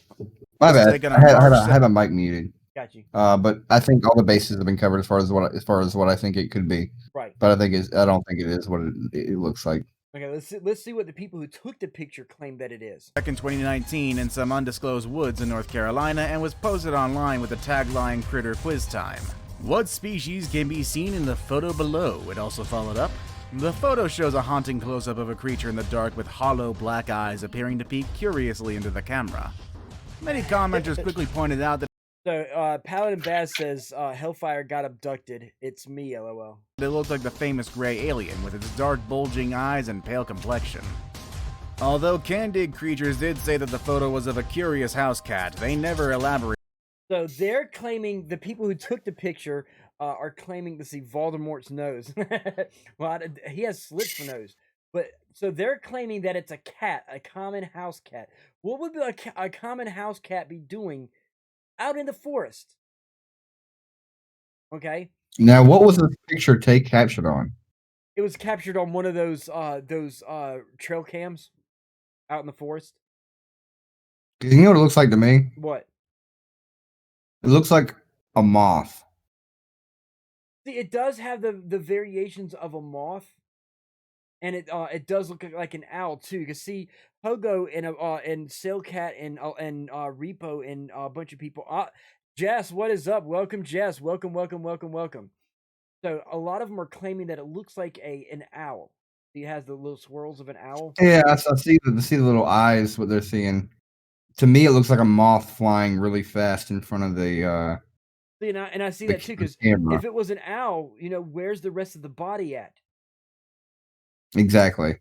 So I think it's a moth in front of the lens. And you can't see pitch because the light's reflecting on its body. That is pitch blacking out the rest of it because all the lights are focused on this. So they're attracted to light. Yeah, very well could be a moth. Exactly, because they're attracted to the light after all. And see, with a trail cam, believe it or not, they use night vision. It could be Photoshop. It's definitely not Photoshop, John. But here's the thing. Believe it or not, the moths go out at night. So they have good night vision, which means they can see night vision LED lights. In that way, they could probably see the infrared on the camera or something. Exactly, that's just what I was saying. The infrared lights give off a certain light, and you can see it. Like if I were to go outside right now to my night vision cameras, they have a red glow to them, and they're not bright, but it's a red glow. All it needs is a little itty bitty speck of light, and that moth can see it and will be attracted to it. So it makes sense that this is a moth that just happens to look like an owl. If it's not a moth, yes, I will go with the owl. But more specifically, I do think it's a moth, like Hellfire says, just because of this pitch black area underneath. So this would be like the tail, and then the wings would be up here, and these little circle areas here just happen to be where it's flapping, and it just gives it that look that it looks like an eyeball. On how they came up with that conclusion. So, either way, this photo could be taken with a grain of salt. Number 9. The Alien of Red Gate. Red Gate is an area in western Montana that has been reported. Hold on, that picture right there. I gotta pause that, ladies and gentlemen. The Alien of Red Gate. Red Gate. That picture right there is epic. That is mad epicness right there. That is a mad epic. I just had to pause that, ladies and gentlemen. There's something about this image right here. Yeah. We're gonna go back and play it. It is an area in western Montana that has been reported to be a hotbed for paranormal activity. For the past 50 to 60 years, sightings of weird lights, UFOs, and even unexplained humanoids have been reported in the area. However, all of these trails are based on eyewitness accounts without really any hard evidence to back it up. That is until now, at least. Don Bromley, a ranch foreman in western Montana, had a habit of setting up hundreds of trail cams in the property where he works, mainly to catch photos of the local wildlife. Now, real quick, ladies and gentlemen, you see this trail cam here? A lot of people film that's an album cover. Exactly, John. These cameras here, these cameras only get 15 frames per second, okay? Some of them are not HD, some of them are. Okay, so keep this in mind when we go to do debunking with anyone using a trail cam. They are just like security cameras, they do 15 frames per second, and some of them are not HD. Just want to throw that out there. Life and sometimes even trespassers into the property. but one day he captured 3 night photos that baffled him. The first photo showed the blurry image of a humanoid figure with distinct legs, undefinable arms. Now, right here, remember, this is 15 frames per second, ladies and gentlemen. As we know, a human sees at 6 frames per second, and we walk at 30 frames per second. So the blur around the legs and that we're seeing, the blur is thanks to it moving at 30 frames per second. We're going to get a blur. If you look, what do you think this is? Does this look like an alien to you, Hellfire? Not really, no. I want to get. It looks like somebody just walking through. Okay, we got Hellfire saying it looks like just a person walking through. I want to get some of you people in there that that's his friend. So what are some of y'all's opinions of this? What do y'all think this is? Give me some of y'all's opinions, what y'all think it is, and then I'm going to talk, that's Mr. Burns. I'll tell you what I think it is because of what I'm seeing here, once I get some of y'all responding. But I'm seeing certain details in here that once I call this out, you're going to be like, oh shit. Yeah, let's see what we got. Looks like a regular person, no alien. Okay. That's me wandering around in the woods after overdosing on cough medicine. Okay, so now we got everybody agreeing that is Drunk Bob looking for his friend Tim, who is also totally shit-faced. Looks like a dude in a skin suit.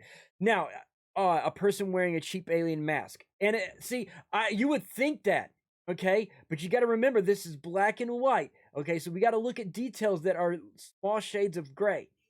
If you look right here, there is a line right here, okay? And you can see a faint line, a curve right here. And you see it come to a small little point here where it curves at the neck, curves up here, okay? Hey, that's my cousin who wandered off from the campsite 5 years ago. Believe it or not, this is a hoodie, ladies and gentlemen. Right here is where you would find the pocket of a hoodie. This is the curve. Their face is turned away. You're seeing the bunched up area of the hood. That's pretty good. Right, Demon, right? So this is a hoodie, ladies and gentlemen. Here's the separation of the waist. These are somebody's, looks like either sweatpants or jeans. Okay, but you can see the line right here where it cuts off at the waist. And you have the area of the pocket. There's one of their hands right there. Hoodie you can pull over your head and zip it all the way up. Exactly. It's the type that you would zip up because there's the curve line here and it's curved up here. So it's one of those hoodies, retroactive, killing it on the descriptions. Thank you. That's what I do, trying to call things out. So it's 15 frames per second, blurred, to show, if you think of it, if you look at it as a video editor like me, you would understand in this, you would learn 15 frames per second, how to analyze 15 frames per second. You could see the cut here and the pockets and everything. Now that I point that out, Hellfire, what do you think? Yeah, I can see what you're talking about. Reason why I say that, you notice that this is a darker gray than this area down here. This is a whiter gray, so you can see a different light difference between the torso and the legs. Yep. So yeah, it shows that he's wearing pants and a hoodie because it's two different colorations. If it was one creature or a skin suit, it would be one solid color and there would be no pockets whatsoever there. So, if he did, he would probably have shoes on, so you would see some kind of ankle line around here as well. So more than likely, it's somebody in a hoodie that happened to walk by and didn't know there were trail cams there and was walking super fast. It was blurry and it caught that one frame.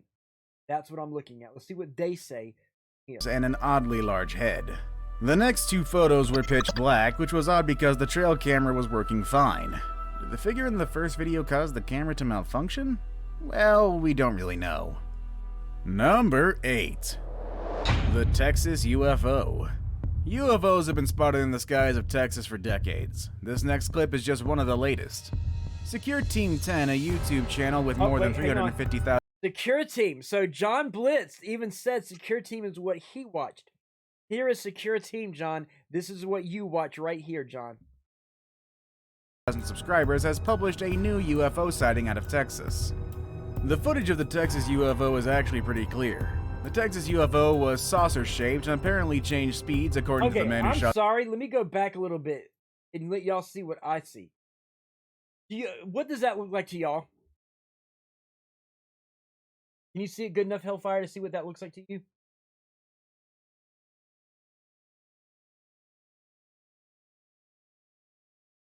Hellfire. Am I just looking at that little white dot? That little white dot. What does it look like to you?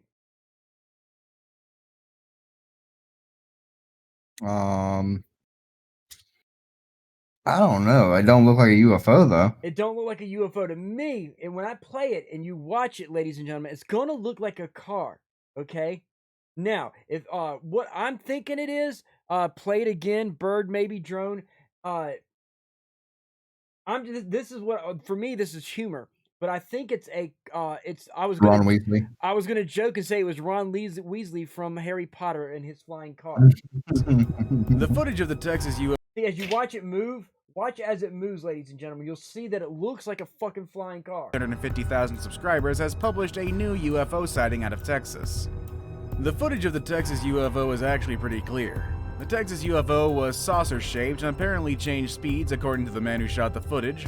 Interestingly, the Texas man is not a big UFO believer, but he noted that there are too many unexplained things out there. This is a common theme with many people regarding aliens. Wait. I just saw the Texas man is... Let me slow this down, ladies and gentlemen. It's moving too clean for Weasley. Weasley drives like a maniac. We're going to slow this down, ladies and gentlemen, because I just saw something. Where's this? We're going to slow this down, ladies and gentlemen. Could it be a light reflection off the windshield? Paintball God 420. Hello and welcome. Looks like a paper boar or a cowboy hat. It does. Now, Reaper, that's exactly what I'm thinking it is. I'm about to show you. It looks like the time machine. Now watch. In a minute, from the right to the left is going to be a building that passes by. I'm going to try to catch the picture of it. Not a big UFO believer, but he noted that there are too many unexplained things out there. So, you saw when it passed over this building here, it went over top of the building. Ladies and gentlemen, it went right over the top of the building. If it was in the sky as high as it looked, why is it going over top of this structure like that right there? Which means whatever it is, it's a light reflection from something inside the car reflecting on his window of some way. What I'm guessing it is, it's either his phone, the light from his phone. Yep, it was in front of the building. Yes. It should have been on top of the building, or it should have been blocked by the building, not go over top of the building. So it's either reflection from a cell phone angled a certain way, or the reflection of a watch angled a certain way, or possibly some people have those digital stereo systems. Retro killing it in the game on callouts. Exactly, I do. It could be a car radio light as well. So it's a light from something inside his car reflecting on his windshield. That's the reason why it's moving at the speed of his car. The reason why it looks like it's moving around is because he's moving his phone. And since he's moving his phone from the bouncing of the car, it appears to be moving opposite of him and looking like it's moving at a different pattern than him because it's moving opposite of the camera as he moves the car. So we're going to speed it back up. This is a common theme with many people regarding aliens. What's even more shocking about this video... See how it moves with his car, Hellfire? Yep. It's moving with him, ladies and gentlemen. It's not moving opposite him. It's moving the same direction as him at the same speed as him. It only looks different speed when he moves his phone. Video is the fact that the man filming the object was very much a skeptic, but the event was so compelling it was enough for him to suspend his disbelief, at least for a bit. Number 7. Moving on. The Dead Alien. This video has been on the internet for more than a decade now, but it still sparks an... Real quick, ladies and gentlemen, Reaper said, I actually recorded a reflection like this before to mess with people before. I moved my phone around to make it float. but it was just a reflection of a streetlight down the road. I was standing on the side. Exactly, Repo, exactly. Way to bring up those details right there. Animated discussion. The footage was taken near the village of Kamensk in the Russian Republic Buryatia. This is just north of Lake Baikal. It showed what appeared to be a humanoid body less than a meter high with a skeletal big-eyed head and thin naked body. One of its legs was missing. Off-screen comments said the body was found a couple of hours before and was clearly very dead. The local media reported there was numerous reports of UFO sightings in the area in March, some of them later attributed to bombing training at a nearby military range. It was later reported that Okay, so I'm pausing it there. Now, looks staged. That's just what I was about to say. It looks staged. It's very bad quality. Whoever shot this shot it in piss poor quality. I wish I had a higher res than it, but it's piss poor quality for one. But it definitely looks like it was staged. Looks fake. Too good to find. Exactly. That's too good to be found. So I would definitely consider this as fake. the people who alleged. Because here's the other thing. It's too convenient that he finds this dead alien instead of a live alien. And I don't think that they're gonna, like, the government would cover this up if they thought it was real. Allegedly found the alien admitted to hoaxing the entire thing. They even made the alien themselves and painted it gray. But some say that the men were forced by the government to recount their alien story and say that it was all just made up. Number 6. Bogey at 12 o'clock. When a civilian spots a UFO, they're quite easy to dismiss as mistaken identities or figments of imagination. However, when US Navy pilots, 5 of them, report to have seen the same UFO and film it, then the story becomes quite compelling and needs to be looked at more closely. In 2017, the New York Times published a story that chronicled an in-air interaction between US Navy pilots and a strange object near San Diego. The pilots had snagged footage of an oblong flying object with their F-18's gun camera on November 14th of 2004. The object appeared dark against the bright daytime sky before, according to the pilots, suddenly and instantaneously accelerating to the left out of view of the camera sensor at what appears to be an unprecedented velocity. The US Navy conducted a thorough investigation regarding the matter, but it looks like we won't exactly find out what those flying objects actually were, as the US government— Yeah, of course we're not going to find out what those, I remember this one, so do I, Repo. Of course we're not going to find out what the objects were because it's the military. So, Jeff is alone with drone. Drone is a possibility. This says new UAV or drone. I think it's one of the new UAVs or the drones, yes, flying at high speed. And they just happen to catch it doing something. It may not be one of ours. It could have been a drone from either like some other foreign country that has technology, like Japan or China, or you know, no offense, Paladin Baz, but the UK as well. And Hoga, no offense to you either.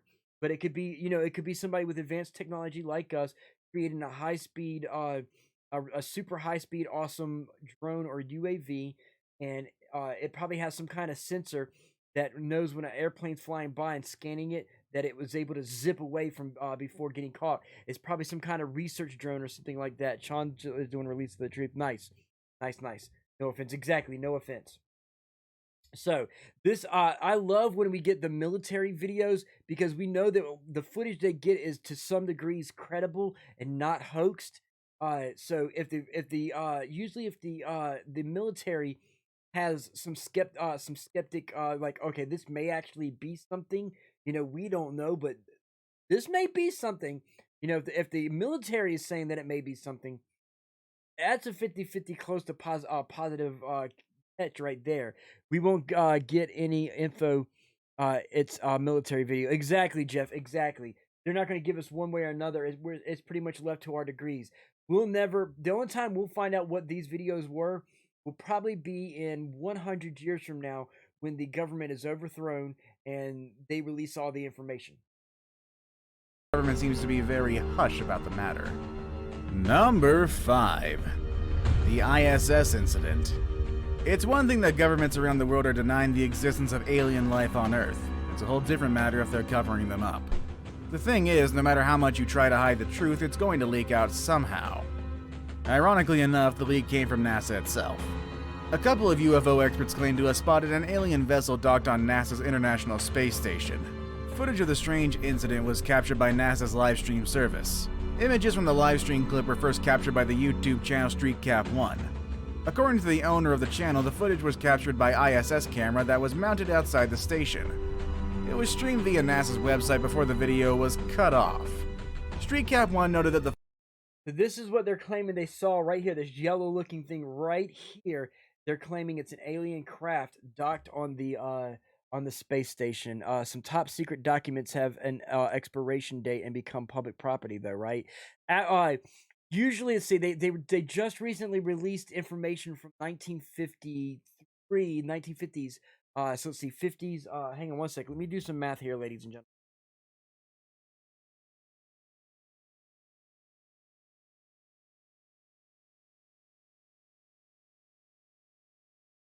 Give me just a second. I'm doing some math. I'm doing 1950.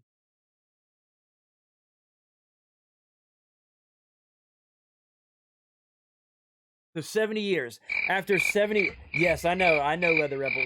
70 years. After 70 years, they can release the...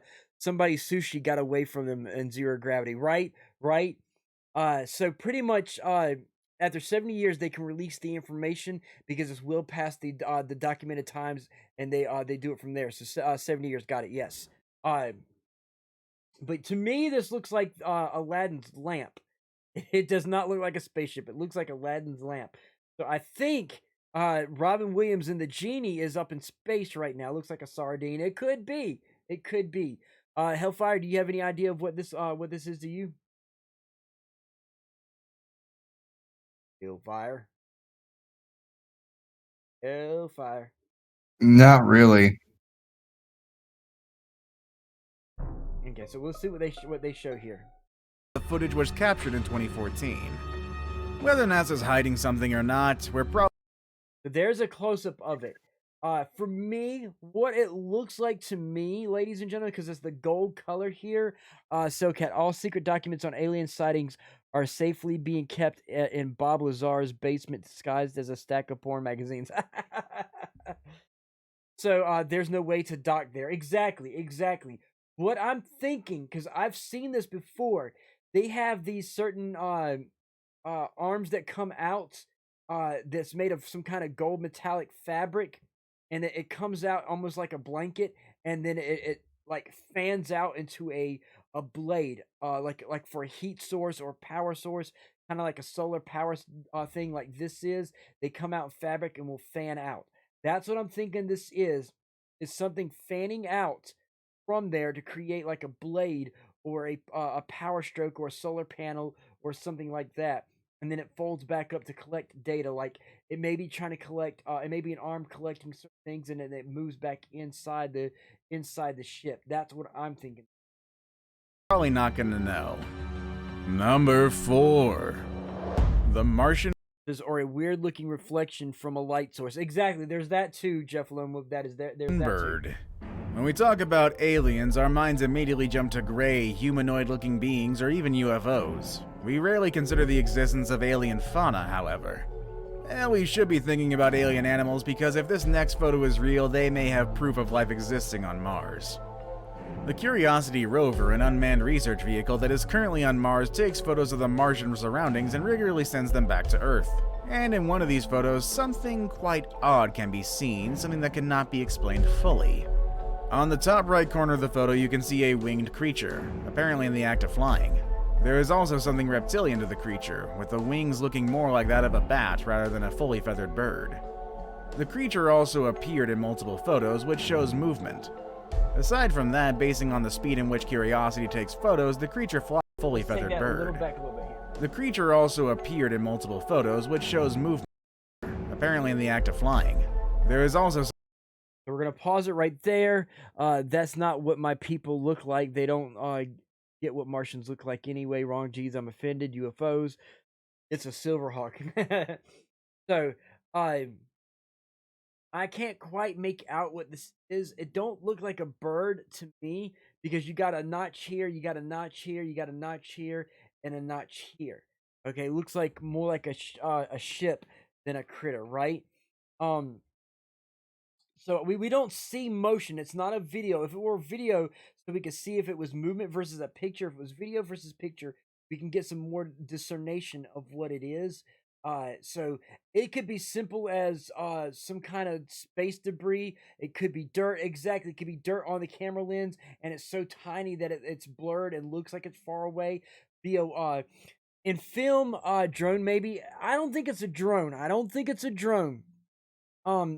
In film, you have what's called force perspective. It's how they made the hobbits in Lord of the Rings look smaller than the other actors. It's how they made Darby O'Gill and Little People leprechauns look smaller by the object being further away from the camera, so it looks like it's smaller.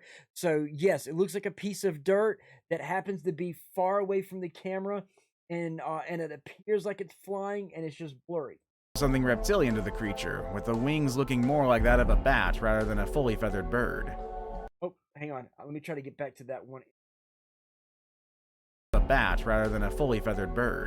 If you do it this way here, you can see that it's dark enough that it could be right in the same line as that arm. It's just so small that it makes it look like it's far away. Looks like eye bacteria floater. It could, it could be the creature also appeared in multiple photos, which shows movement.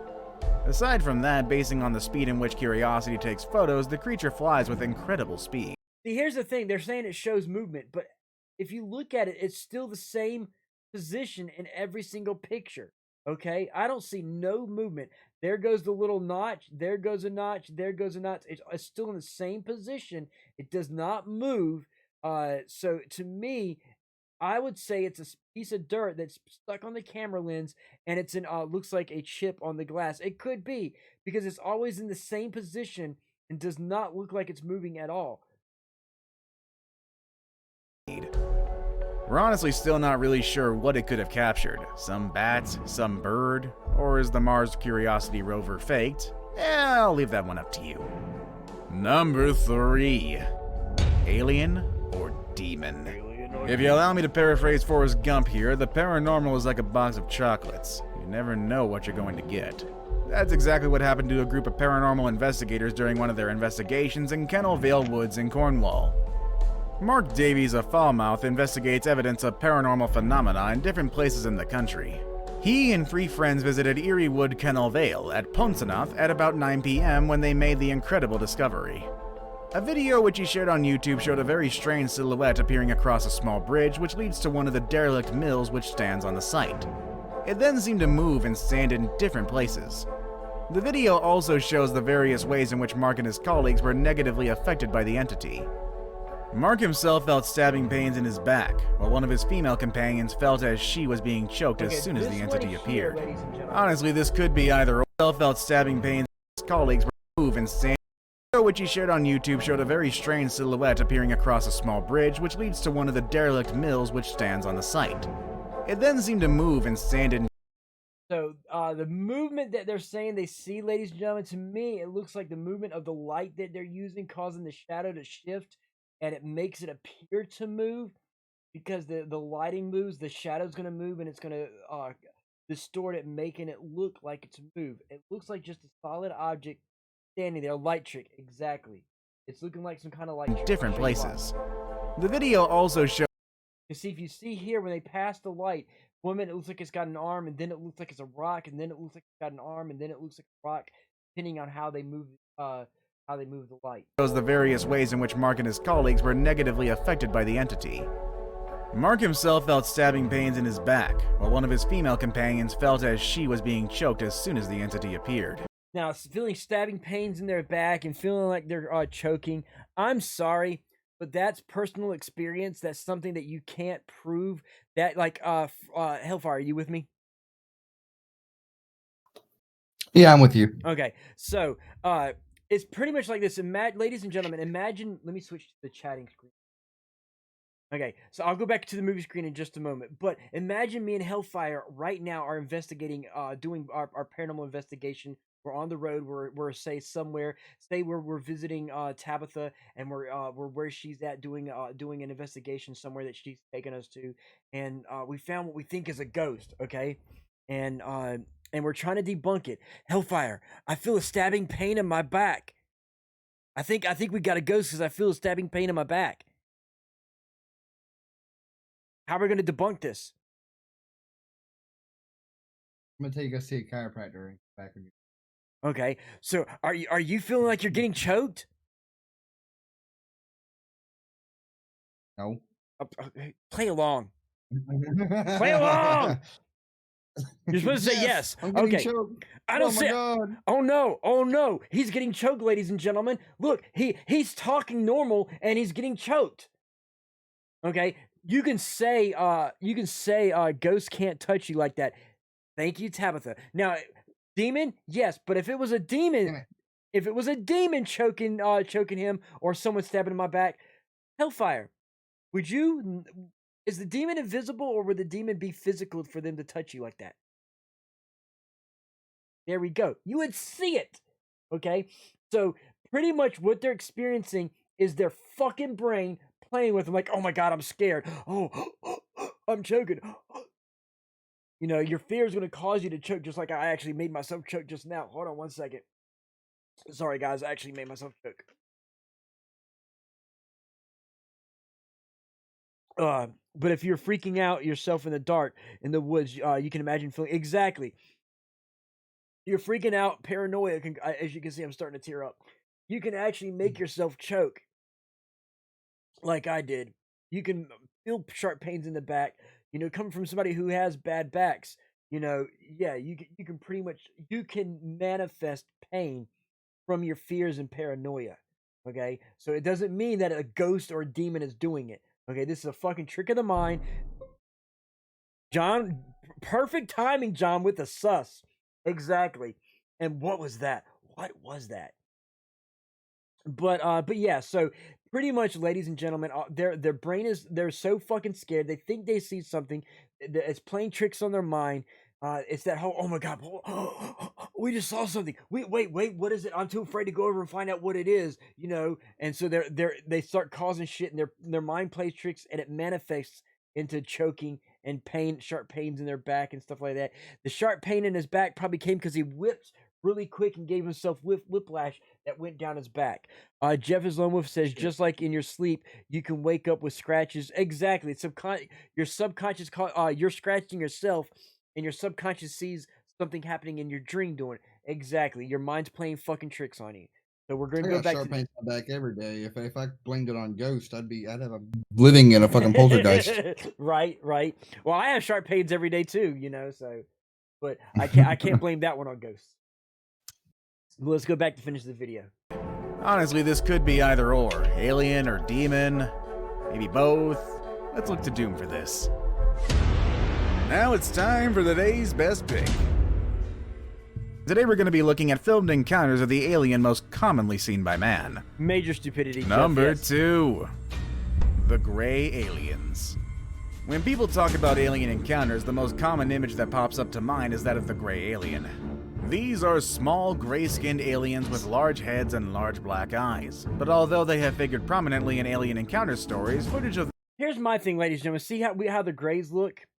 The grays are always a masculine form. Where are the fucking big-breasted alien gray female forms? I want to see a female gray with big breasts. Where are they? Please, let me see. Maybe what? Maybe the aliens are still men go out and explore and the women stay home. They could be barefoot and pregnant, or whatever, because they would be impregnating humans. So they would be barefoot instead of barefoot in the kitchen. They'd be barefoot in the science lab. Don't exist. I know they don't exist. Hell monkey, I'm trying to be funny. You're taking my humor from me. Please go along with the joke, hell monkey. That said, where are the big titted aliens? Thank you. Go with my joke. Them is actually quite rare. So when a video surfaces that claims to have filmed one of the creatures, it's going to make waves in the paranormal community. The footage you're seeing right now was caught on camera and posted on YouTube by a channel called Paratruthers. The description of the video reads, "Grey alien caught on camera January 2015 in Salford, UK."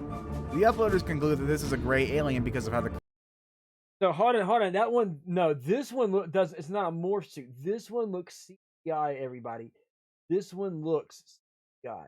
Let's slow it down. UK. The uploaders conclude See, it looks CGI. This is a gray alien because of how the crew. The reason why I say that is if you watch the lighting on this, the lighting is too sharp to be standard image. It's too sharp to be standard. Creature in the video looks and moves.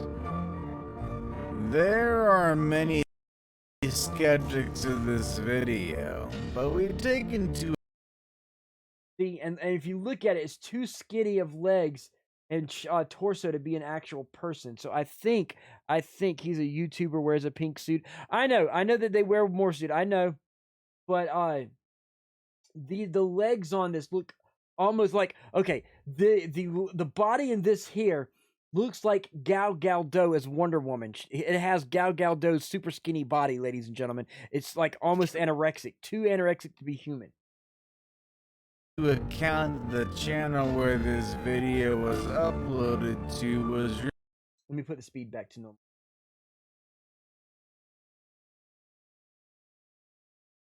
Rumored to be shut down by the government, and so there may be something to this footage after all. I saved the best for last, but first I have a quick challenge that takes only 5 seconds to complete. If you can leave a like and subscribe within the next 5 seconds, you'll get 10 years of amazing luck. Just try it, it really works. Number 1. Peeping Tom. We all value our privacy, and we don't take kindly to peeping Toms. But what if someone that's peeping into your window every night is literally from out of this world? Oh, this short video that you're about to see shows us exactly that, an intergalactic peeping Tom. This video was uploaded to YouTube on June with the title of Alien Filmed in America, and it's quite an interesting watch. The clip shows the window being... So this video here, ladies and gentlemen, this one... There's a show that was on, I forgot what, it was either, I think it was Sci-Fi. I can't remember what channel it was on. Either Sci-Fi or Discovery Channel, one of the two. And they took this apart. They reenacted it. They went there. They talked to the guy. LOL, wow, right? No, it's not a mask. It's not a mask. They were able to prove by the lights casted onto this and whatnot, and there being that light reflected right there. They this obvious face, yes. It's a doll, and if its eyes are going to blink, ladies and gentlemen, its eyes are going to blink. Now, if you watch the eyes blink, and these people, this old TV show, they're the ones who one of the ones who gave me the idea of doing a debunking TV show of my own. Watch the color difference of the eyelids versus the color difference of the skin here. Okay, now remember the eyelids are sunk in further back than the skin is here. So this skin is closer to the light than the eyelids are, but the eyelids are going to be brighter than the skin here is, which means that they're closer to light, which means they're CGI'd in. So watch really good. Filled from the inside of the house, when all of a sudden a large bald head of a strange creature emerges from the bottom of the window. It also had large black eyes, features. So see, you can now see it better, ladies and gentlemen. You can see that this is a fucking doll. Kids, Kiss Meets the Phantom of the Park is real. But yeah, you can see like right here, that's painted on stuff right there. You can tell this is obviously fake, ladies and gentlemen. That are typical of a gray alien. After a few seconds, seemingly satisfied with what it has seen, it lowers back down out of sight. Now, the creature here admittedly looks like it's made of rubber, but then it blinks, which honestly surprised me. But it doesn't matter what I think. What matters is your thoughts. Is this a real alien peeping Tom caught red-handed? Let us know in the comments below. Which alien footage did you find most compelling? Let us know in the comment section below. Want to watch more videos? Okay, so there we go, ladies and gentlemen. Right now, now that we're done with the alien ghosts, or the alien stuff, we are now going to go into the paranormal part of the show. We're going to talk about ghost debunking now, ladies and gentlemen. So we're going to do a little bit of talking before we shift over to that so we can kind of get into the ghost mode here. Looks like the aliens from Star Wars in the cantina.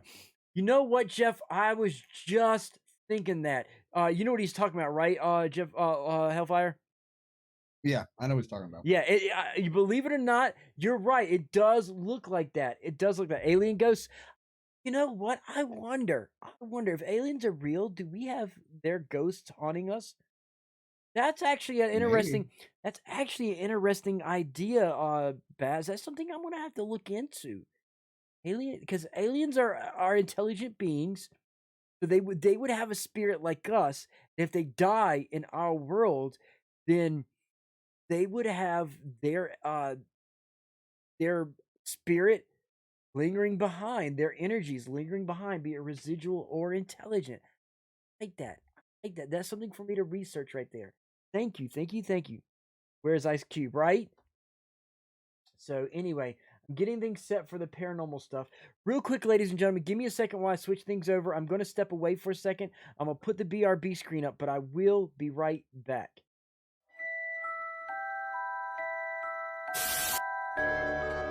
I'll be right back. Fallout Impressions. Colonel Gutsy. Let me see if I can do it here. Drop and give me 20, boy! No, that's not it. Hang on. Drop and give me 20. What in Sam Hill are you doing, boy? Let me get, what in Sam Hill are you doing, boy? Drop and give me 20. Mike. Okay, here goes.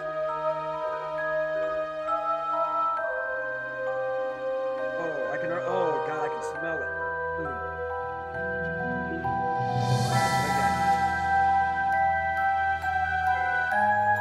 Eyes already starting to burn. In a few minutes here, you're going to start seeing it clear up. Oh. Okay, eyes are starting to water. Okay, hang on. So, as you can see, it's not happens right up with it as a matter of. Okay, ladies and gentlemen, I am back. For allowing me to do that, I had to do some switching and stuff. You still here, Hellfire? I'm still here. We're gonna switch next stuff. I've got the ghost stuff ready to go, ladies and gentlemen. Have the ghost stuff ready to.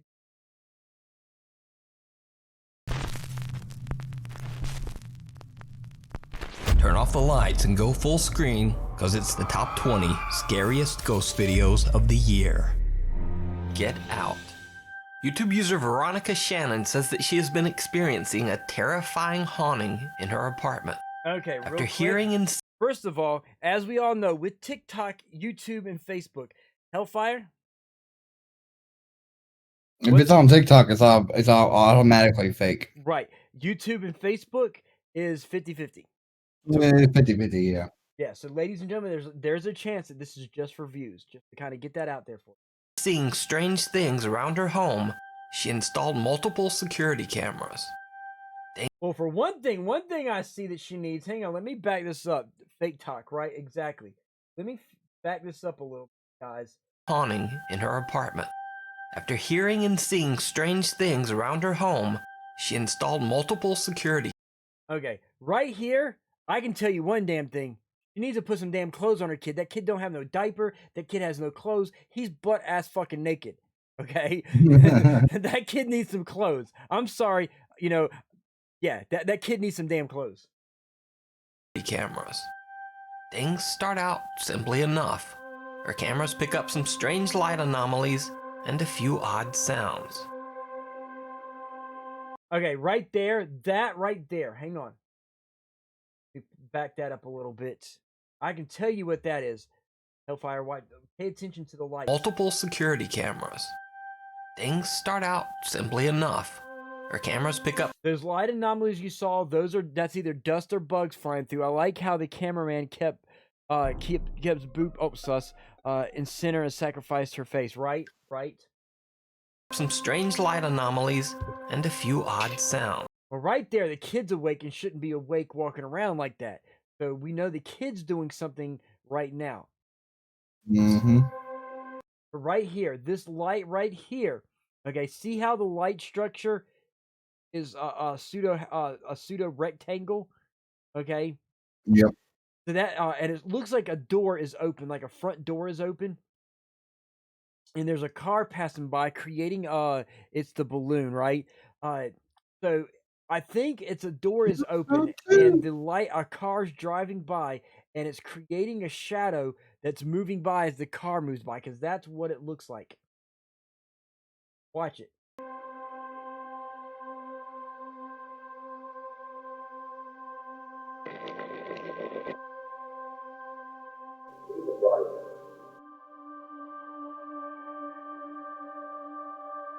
The voice is easy as the TV. Yeah.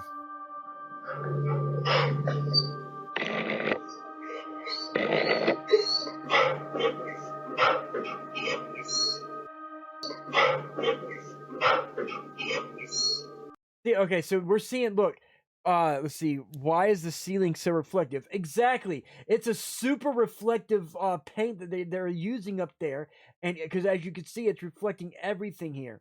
Now, this walking by, because it's reflective, it was moving when the dog was moving. Watch, let's go back. Now watch the dog and watch the reflections. I'm going to slow it down, guys, just so y'all can see this.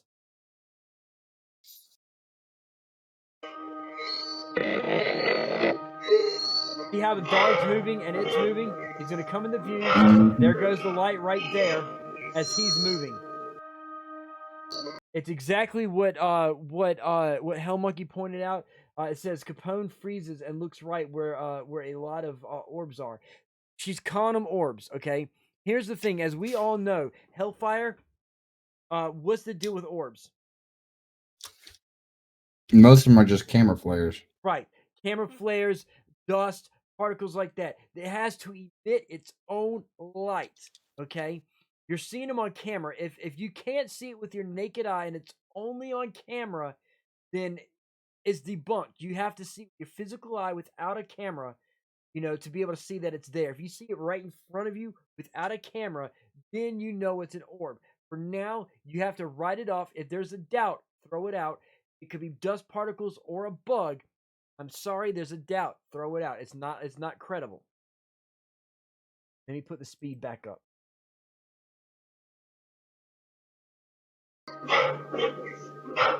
It moves with the dog. Camera angle on this one's all fucked up. Okay, first of all, the audios of it saying "get out." If y'all notice, they had the TV on all night, and there's a TV going on right now because we hear the audio from the TV. So we're getting audio from a fucking TV. But then, seemingly after Veronica starts paying more attention to the bizarre incidents and telling friends about them, things get a bit more intense. Her two young sons start waking up terrified and screaming every night at around 3 a.m.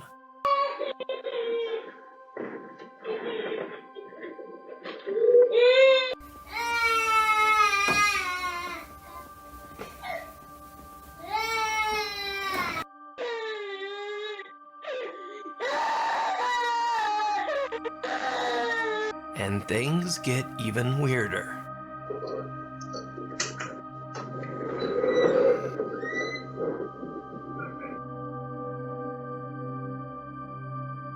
Okay, so they're going to try to say that this is a ghost right here. Okay. I think that's a blur, but it's not a ghost. See how it changes with the light as he walks in? Yep.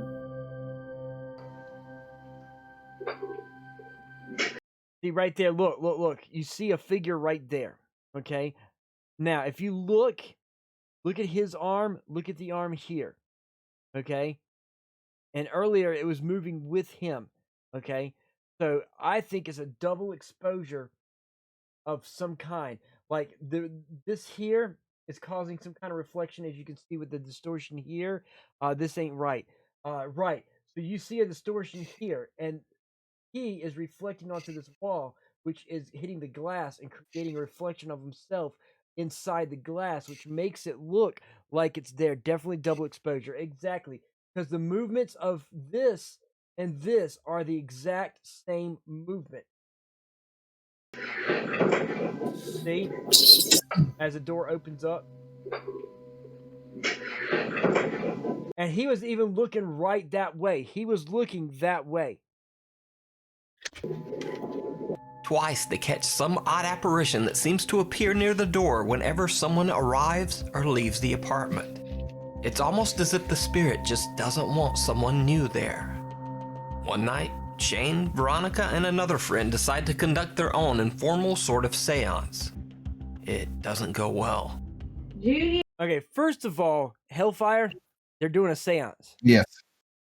Are they really? Yeah, they said that they perform and get this. Okay, guys, let me switch to the chatting screen.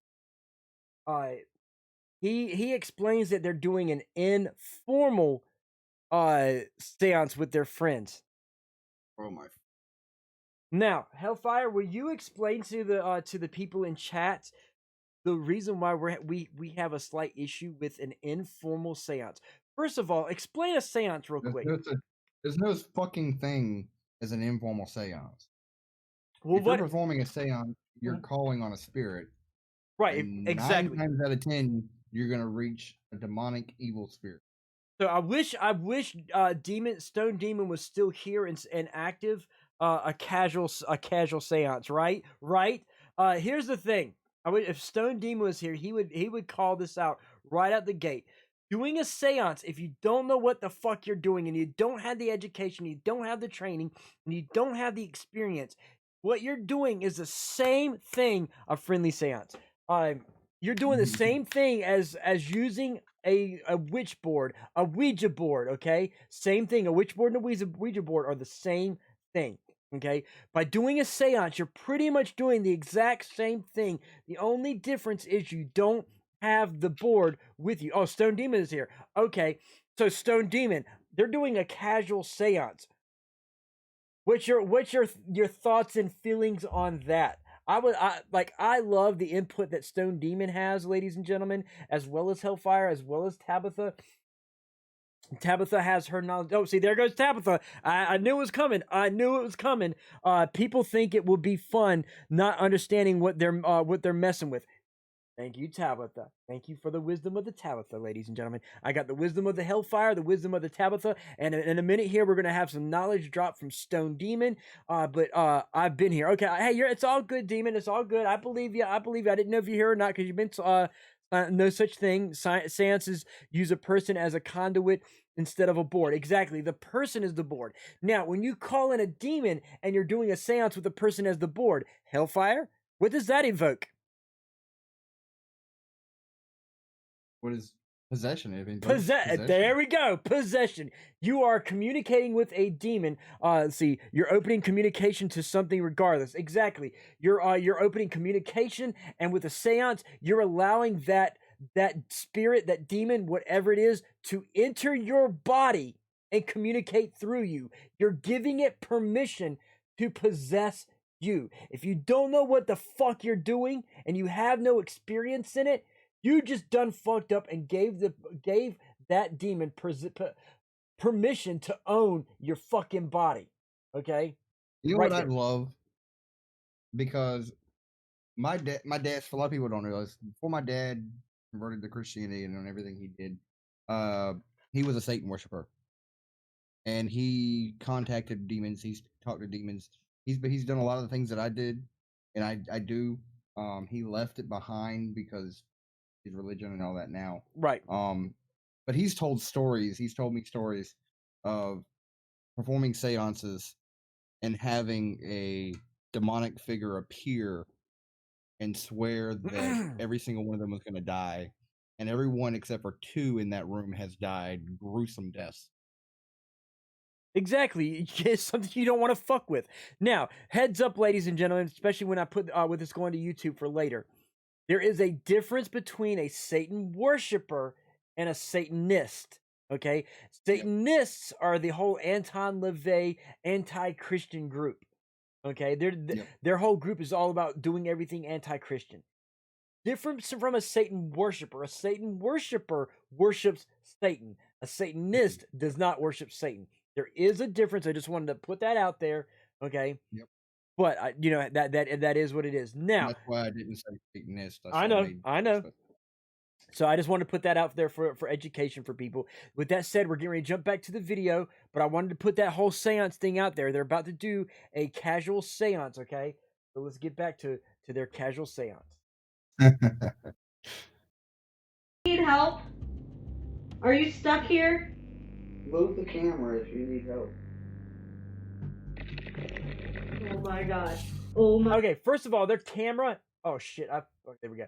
Their camera is a motorized camera, so they probably have some kind of remote control moving the fucking camera. Debunked. Are you in the boys' room? Shut up.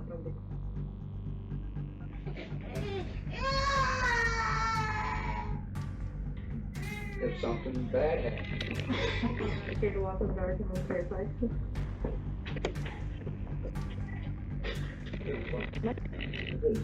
I'm not even moving it. You finally moved? This door's stuck. Get the fuck out of here. As Shane asks if the ghost is now in the boys' room, the children immediately start crying their eyes out. But then, when they rush to the door, something is preventing them from opening it. They have to break down the door to get inside to the crying boys. Whatever. You can check out more of Veronica's story and videos over on her YouTube channel, Veronica Shannon. Catalina? So real quick, ladies and gentlemen, that one was they did some really good staging. I don't believe it. For me, I'm sorry. If it's legit, they got too much bullshit in there for it to be legit. I'm sorry. If there's a doubt, throw it out. There's too much bullshit there. Yeah, stupidity. Oh, exactly, Monkey. Too much stupidity in there. Catalina. So everyone has heard of the Bloody Mary party game and the Charlie Charlie challenge. But this next video features an odd supernatural game that I've never heard of before. Two girls are gathered in front of a creepy doll. Each time they recite a line, they light a candle at the doll's feet. And it didn't go well. Una mamá te verá, dice que da miedo. Nada, son macanas. Apura, mira, ya estoy grabando. Mi abuelita dice, harto miedo le tienen, apaga la luz. Mi hermana virtual con sus amigos, dice que harto miedo da. No creo. ¿Verdad? Vas a ver. Apura, prende la vela, prende la vela. Ya, 1, 2, 3. Catalina, Catalina, vuelve a la vida. Lo que el diablo te da, el diablo te quita. Catalina, Catalina, vuelve a la vida. Lo que el diablo te da, el diablo te quita.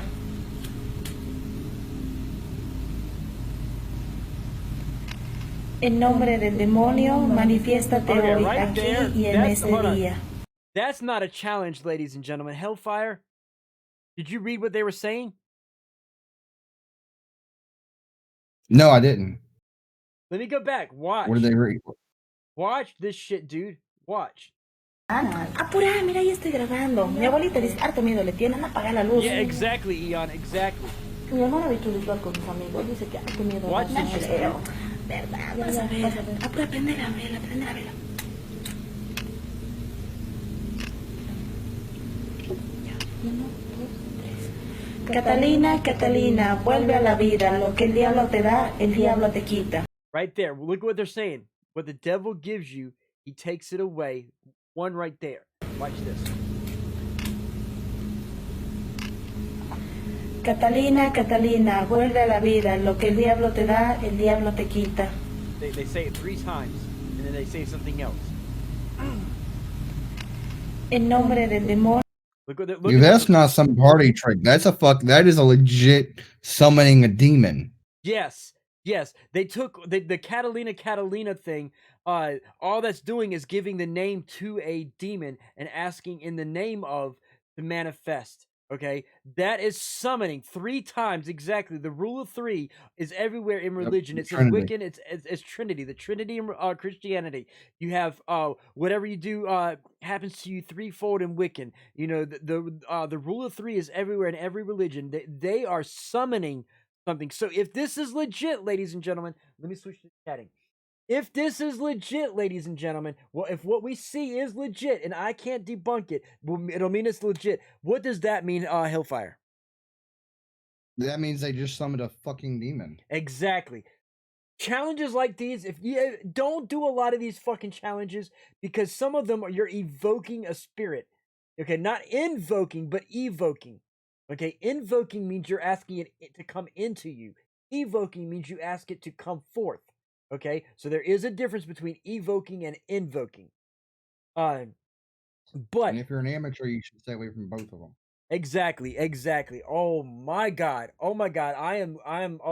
I'm lit right now, guys. I am so lit over this. Demonio, manifiéstate hoy, aquí y en este día. En nombre del demonio, manifiéstate hoy, aquí y en este día. ¿Ves? Cállate, Versosa. Espérate un rato. Now, this video was sent in by a viewer who says she found it on a random Spanish language website. I searched for the source or even a mention of this Catalina ritual that the girls are doing, but nothing showed up. So, I leave it to you to decide. Okay, the movement of that doll does not, like, oh wow. That looks legit, guys. That, for once, that looks legit. The movement of that did not move like it was being pulled on a string. That was movement. Hellfire? Yeah, I agree. Santeria, yeah, exactly, Eon. It's a form of Santeria. Exactly. This is legit, ladies and gentlemen. This right here is legit. The movement of the arms. Let me go back and see if I can catch the movement of the arms for you.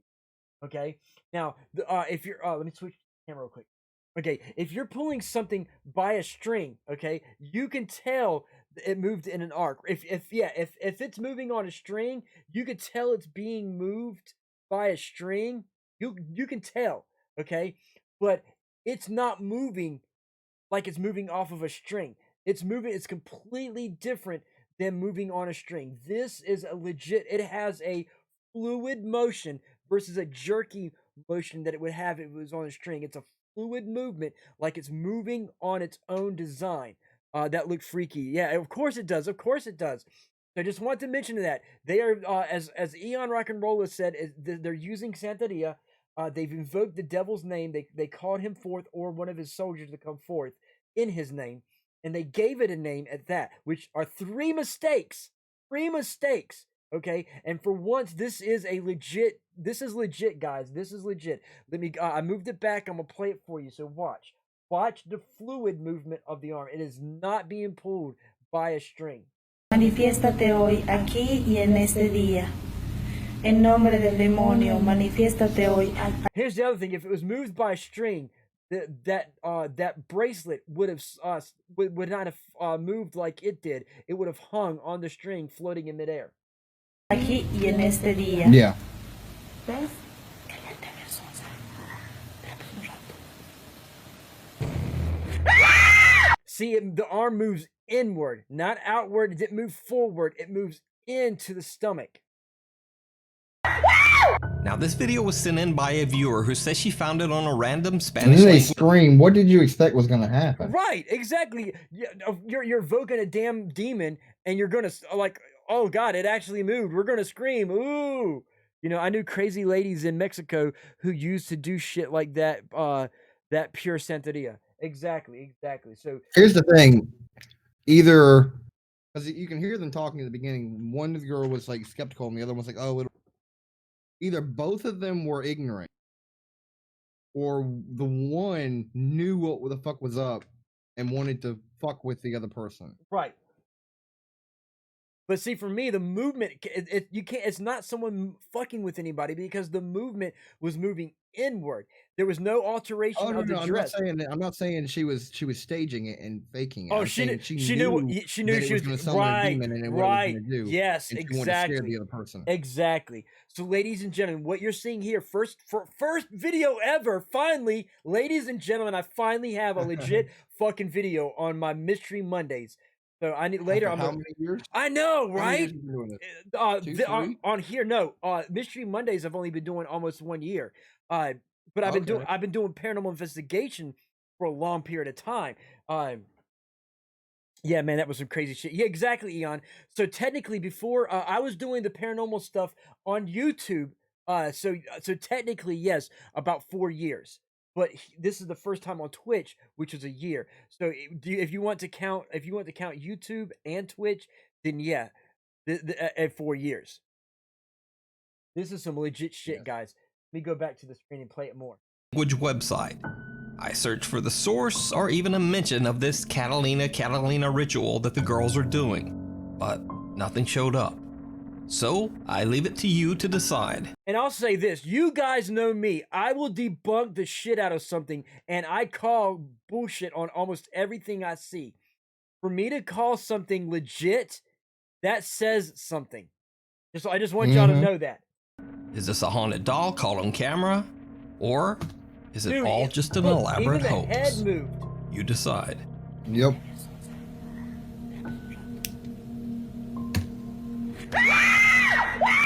Truth and consequences. Truth and consequences. This next clip was sent in by Nuke's Top 5 viewer Sarah Baranski. Now, this video is shrouded in a bit of mystery in that I just can't seem to find the original. Hang on, her grandmother was a bruja. She knew what was going on. Exactly. And see, her being a bruja goes along with what Eon Rock and Roller said about the Santeria. You know, most of the bruja, they know their Santeria, which means that one of the granddaughters knew what the fuck, because I'm pretty sure one of them is being trained as that. What's the history behind the doll? Hogo, the doll that they have is not an animatronic doll. That doll that they have is a Mexican porcelain doll. Those dolls, because I know Eon Rock and Roller can tell you, because he's from the area for a lot of them. That specific doll has a fabric body with porcelain hands and a porcelain head. Maybe if I can find this doll on eBay, I buy it and send it to Rich. Hell no, Cellcat. Fuck that. I will hunt your ass down. Hell no. Hell no. Hell to the nizzo. But real quick. So the doll, it has a fabric body with porcelain hands, porcelain feet, and a porcelain head. Okay? Creepy ass doll, yes. A lot of old ladies and kids would have them laying around as decoration and not for actual play because of the porcelain body parts. And that's the reason why they're in Mexico and in the Hispanics, they're considered valuable dolls. So they're not typically played with. They're more for display purposes. So yeah, they would not have animatronics in them at all. What you missed, Hogo, was they actually did a summoning spell. They did an incantation, a summoning incantation, evoking a spirit in the name of the devil. Okay, they literally did a 3-time chant evoking a spirit in the name of the devil to come forth, and they gave it a name. They gave it a name. They didn't ask for its name. They gave it a name, which is even worse. I'm curious what happened to one or both of those girls, because they should have fucking listened to the spell they were chanting. Yeah. In the way magic works, you for everything that you get, you have to give something back. That's why they sacrifice things. And if they gave life to a demon, someone or multiple someones are going to die. Exactly. Hang on one sec. Hogo has a picture here. Let me.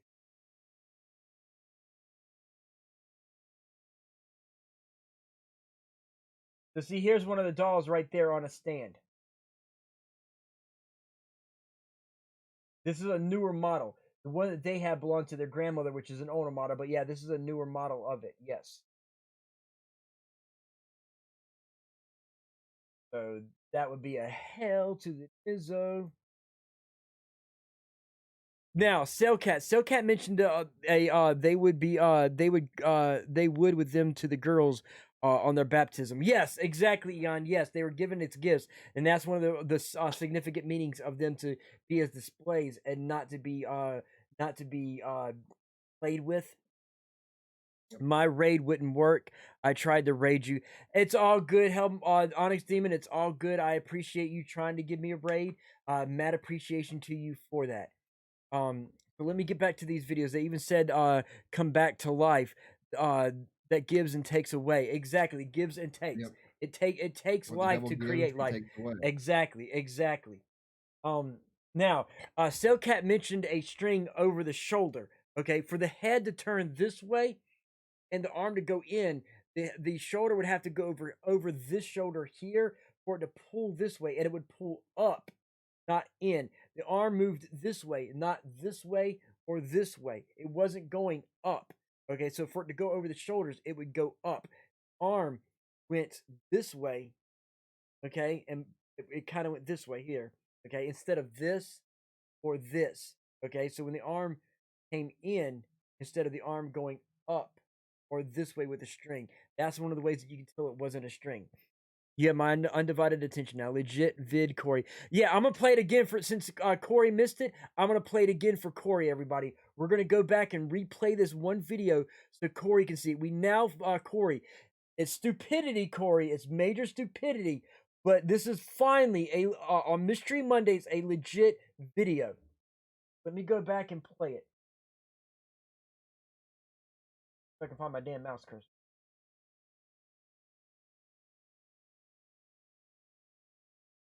Prende la vela.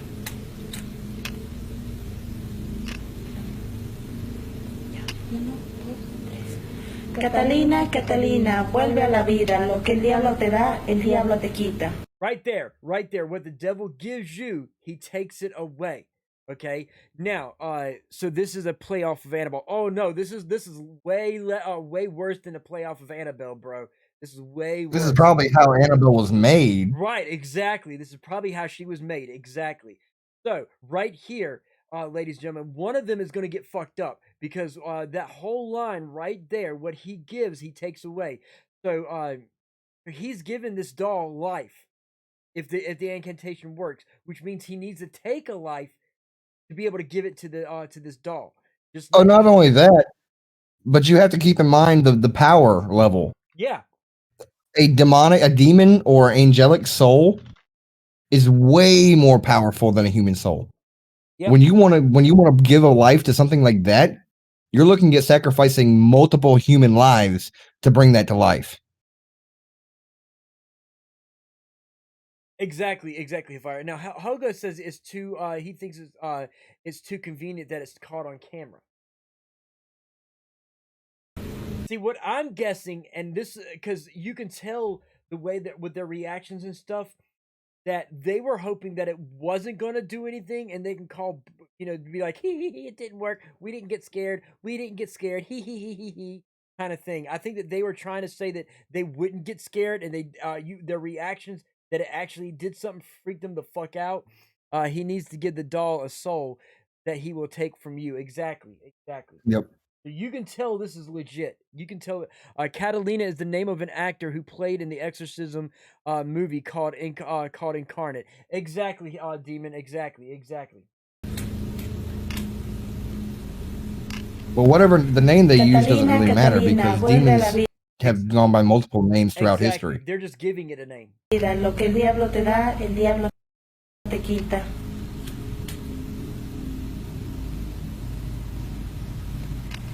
En nombre del demonio, manifiéstate hoy, aquí y en este. Right here, in the name of you know who, asking it to actually manifest itself today, here and now. Okay, yeah, it goes by many names. Exactly. So they're demanding it to show its presence. They're asking it to take a life, to give a life, and demanding it show itself here. Now, I'm gonna point out the movement of the arm. En nombre del demonio, manifiéstate hoy, aquí y en este día. Okay, now in just a second here, the arms are going to move. Now, the arm right here, guys, okay, it moves to the center of the chest of the doll, okay? Now, if it was being pulled by a string in that direction, it would have been pulled from this shoulder here or from under here. You would see a distortion of it being pulled, and the arm would go down or the arm would go up. But the arm doesn't go down or up. It goes straight back to this central spot, neither up nor down, which indicates that it's not being moved by a string at all. It cannot be moved by a string. There's no way for it to be moved by a string because it's not going up, down. There's no distortion in the dress as if it were indications of it being pulled by a string.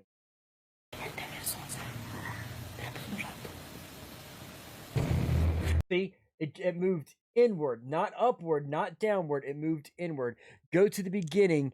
Can a hand be inside the doll? Can we see how it's set up? You can see right here.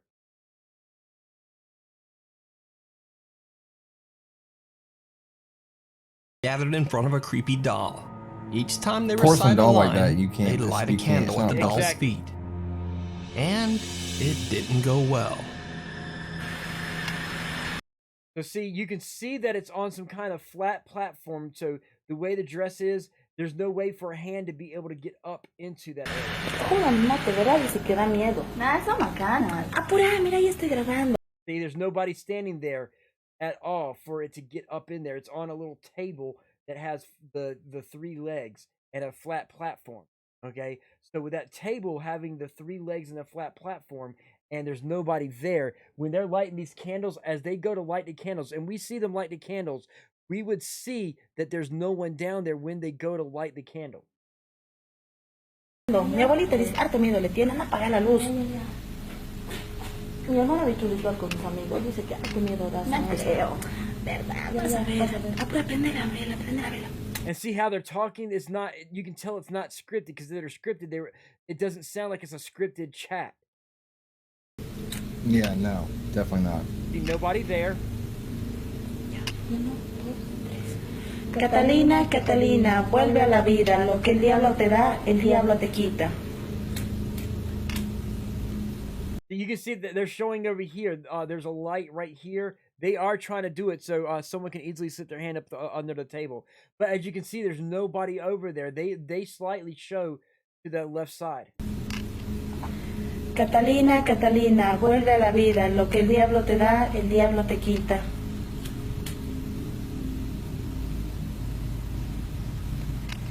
En nombre del demonio, manifiéstate hoy, aquí y en este día. En nombre del demonio, manifiéstate hoy, aquí y en este día. ¿Ves?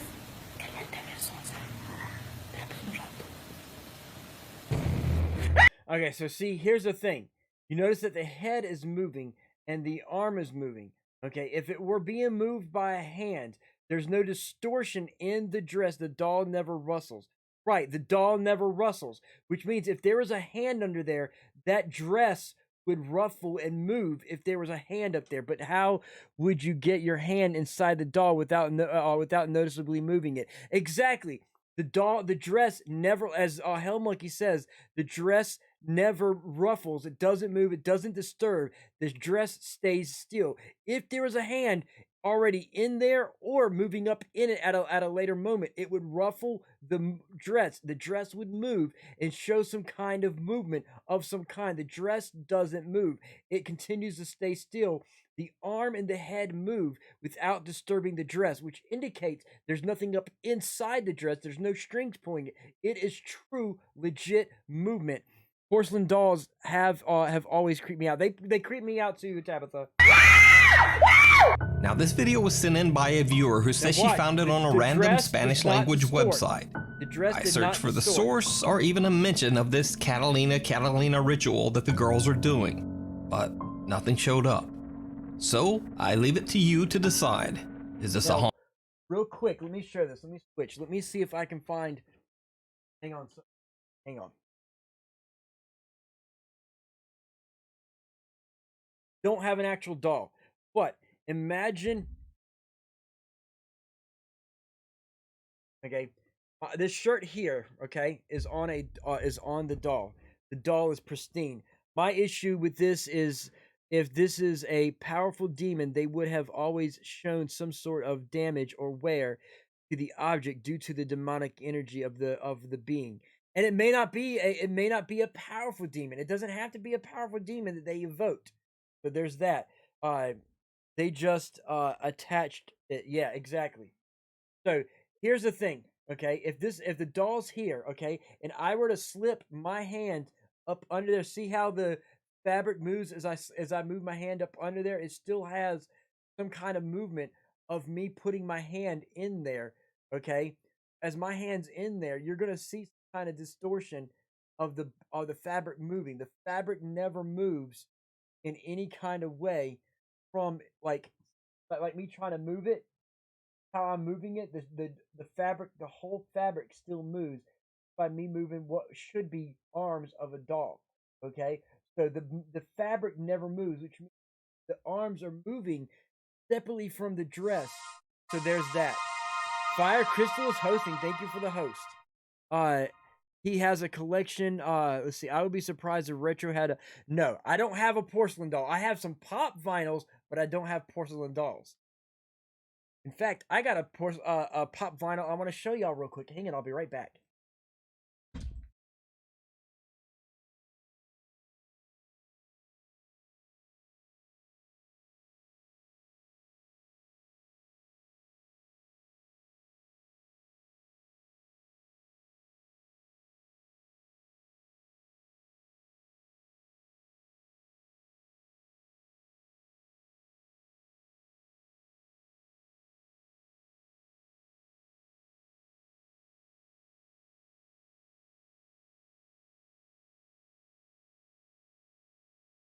And Hellfire, if the hand was already there as I shown, even if it was already there, when you go to move the arms, even if you're moving one, that fabric still would have been ruffled by moving just that one finger because it's still gonna move. So it's not gonna it only the arm moves as if it's doing this number versus one actual thing moving it. But real quick for pop vinyls, ladies and gentlemen. Woo, look at that right there. I have the get it without reflection there. There we go. I've got the flashing gremlin right there, ladies and gentlemen.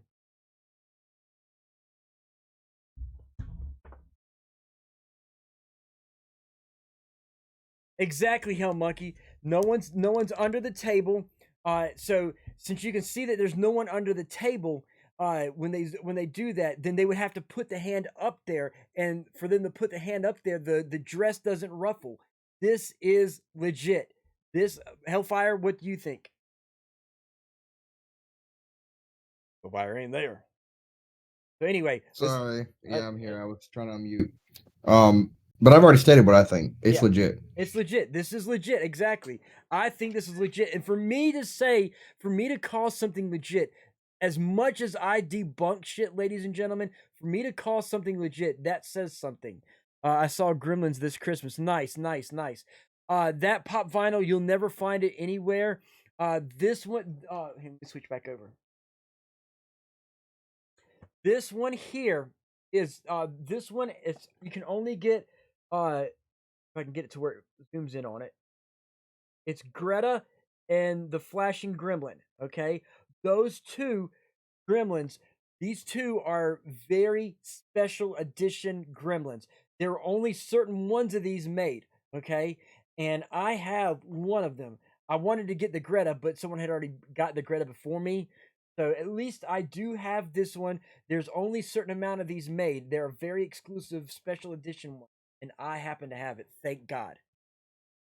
It goes along with my 80s, guys. Play it again. Dope vinyl. Thank you. I can't see strings, no explication. I don't see strings either. Let me go ahead and switch it back, and we're gonna play it one more time for Hellfire. I mean for Hellfire, for Stone Demon. Diablo te quita.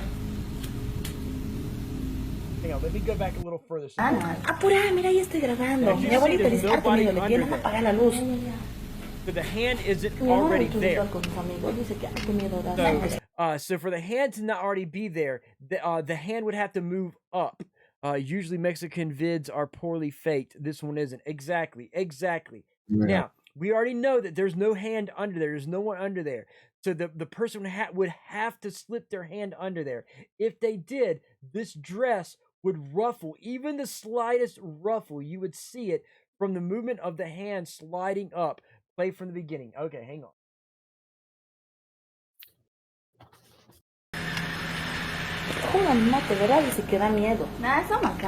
Charlie Challenge. But this next video features an odd supernatural game that I've never heard of before.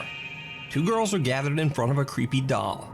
Each time they recite a line, they light a candle at the doll's feet. And it didn't go well.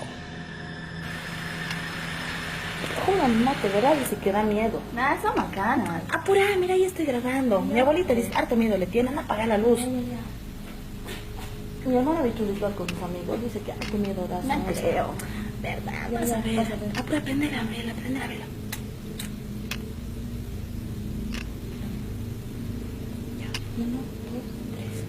Catalina, Catalina, vuelve a la vida. Lo que el diablo te da, el diablo te quita. Catalina, Catalina, vuelve a la vida. Lo que el diablo te da, el diablo te quita.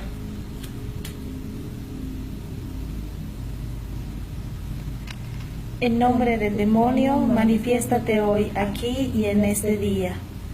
En nombre del demonio, manifiéstate hoy, aquí y en este día.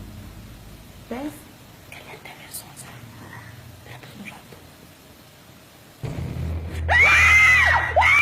Now this video was sent in by a viewer who says she found it on a random Spanish language website. I searched for the source or even a mention of this Catalina ritual that the girls are doing, but nothing showed up. So I leave it to you to decide. Is this a haunted doll caught on camera? Or is it all just an elaborate hoax? You decide.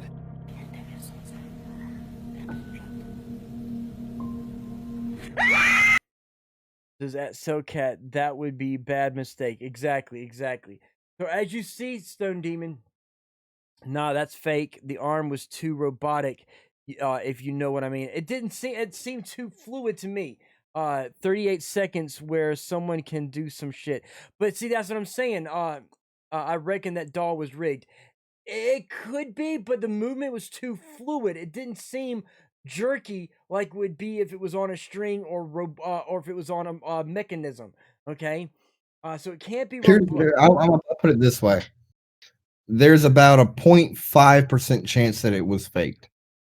Right, but the ritual they performed is a real ritual. Everything was handled completely legitimately, like you would handle a demon seance. Exactly.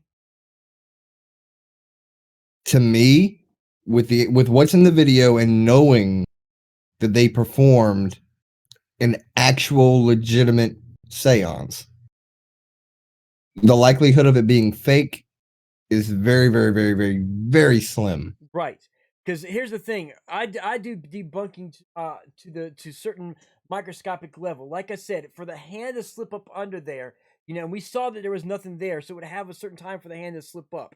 If it's a hand going up under there, the dress would have ruffled.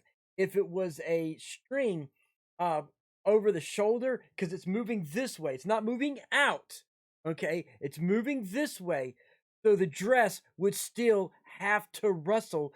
If it's moving this way in an arc, okay, it's moving this way, okay, for it to do this, okay, that means that there would have to be a string, okay. The dress isn't ruffling, okay. The dress isn't moving like it's being rubbed by a string. If it was a motor, okay, then the motor would you would see certain things as well. Well, you'd need to find the location to find out if Catalina lost its lost its like in a horrible manner for them to summon her, or if there's a doll. Right. So we'd have to we'd have to do some more investigation. That's why I mean that sounds like a legit ritual. It does. It sounds like a legit ritual. It is a legit ritual. Ritual. Onyx Demon ritual. But here's my thing. Is it 100% legit? No, I can't say that. But it is more accurately legit than a lot of the stuff that I've seen. I can't see nothing that indicates strings or motors or a hand. Okay, and I debunk shit. Okay, I try to debunk shit. This one I cannot debunk for the life of me. Catalina is such a common name over there. Exactly. But for the life of me, I cannot find anything that would show distortion to show a string, a motor, or a hand. Yeah, exactly, Hell Monkey. The words don't matter. The name they call it doesn't matter. Because like we said earlier, demons go by multiple names throughout history. They've changed their name. The name you call it doesn't fucking matter. Exactly. It's the method. And demon, yes, I understand, okay, but we're talking about a bunch of girls who they're probably not doing this, they're probably just doing it for shits and giggles.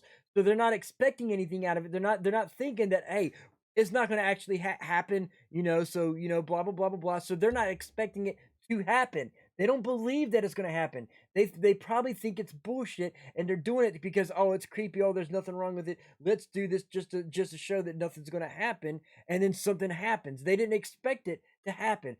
Had they expected, they're teenagers, right? So had they teenagers do things for shits and giggles, and they don't believe in anything, right? The number of friends that I have that have done mess with Ouija boards and done this and that, they don't believe it. They think it's just for fun. So they do it for shits and giggles because they got nothing better to do. So, exactly. So, they probably weren't expecting anything to happen. I think the one girl is a young Bruja training. Could be. That's a very good possibility. But see, we can't say that. We have no information on her. We can't say that. We can only think.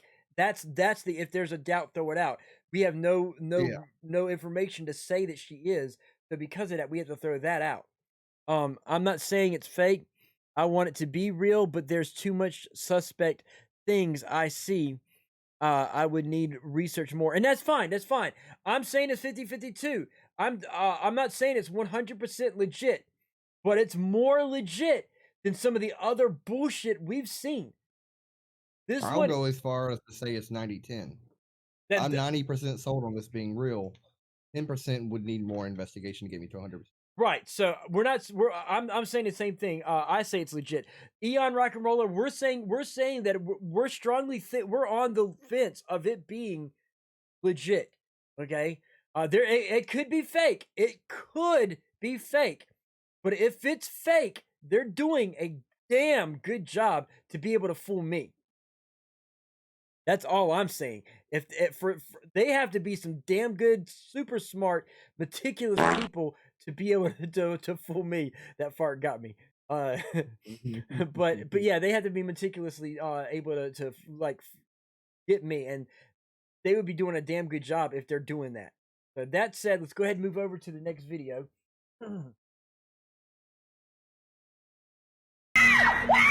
Truth and consequences. This next clip was sent in by Nuke's Top 5 viewer Sarah Baranski. Now, this video is shrouded in a bit of mystery in that I just can't seem to find the original video. And Sarah, who submitted the video, says that she's also searched all over for the original clip with no luck. So, the story goes that apparently the woman in the video was working the overnight cleaning shift in an old empty house. She claimed that she regularly experienced absolutely terrifying paranormal encounters during her nightly shift. But no one believed her. So, one night after being challenged by her friends, she went to the house, left off all the lights, and live streamed the whole thing to her friends on Snapchat. Right, I'm gonna go open this door now. And you see some shadows, but that is me putting my phone in my other arm. Right. Oh! What? Okay, first of all, this one here, ladies and gentlemen, we heard a knock on the door. So far, disembodied sounds of knocking could be somebody with her that we don't know about, and she's probably doing it to fake the video. So right now, this video is just somebody with her off camera knocking on a door. So far, I'm thinking this is...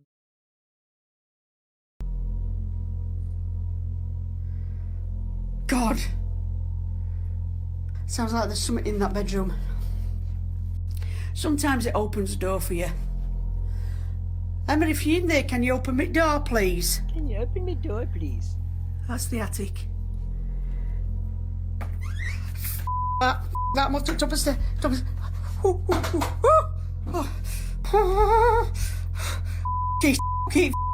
Come on, Kelly, you've been here 1,000 fucking times. Come on. Whew. I'm gonna go into Philip's bedroom now. Ah! Ah! Ah!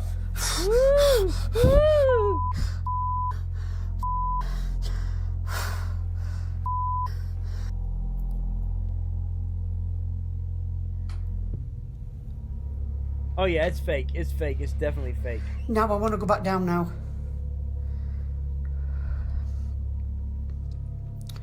I want to go back down now, seriously, in a dead twatting move. I want to go back down. I want to go back down. Hello? Hello? I'm sorry. Okay, so I'm telling you guys, this lady, she's gonna be the next Billboard chart song with her. Ooh, I have ghosts. Ooh, ah, oh, hello. Ooh. Oh shit! Damn it, motherfucker! Fuck, fuck. Big mistake, this doing this cleaning at night. Stupid mistake. Stupid mistake. Right, I'm coming back to the stairs. I don't. Ah! F***ing hell! Oh God! Oh mum! Oh, I don't want my mum because she's an ass. But there you go. Maybe one of me boots. Come on, I'm gonna man up now. Well, not man up because I'm a woman. I'm gonna woman up now. Come on. Can anybody hear what I can hear? Can you hear it, Chris? Yeah, okay, I'm sorry. This one is fake as fuck. That's it. Hold on, let me... Okay, so that one is fake as fuck. Exactly. Sus as fuck, ladies and gentlemen. Sus as... So, it is now 2:51, and that one was fake as shit, ladies and gentlemen. I still got loads and loads more videos that we're going to hit on next Monday. Hellfire, are you streaming at all? Hellfire.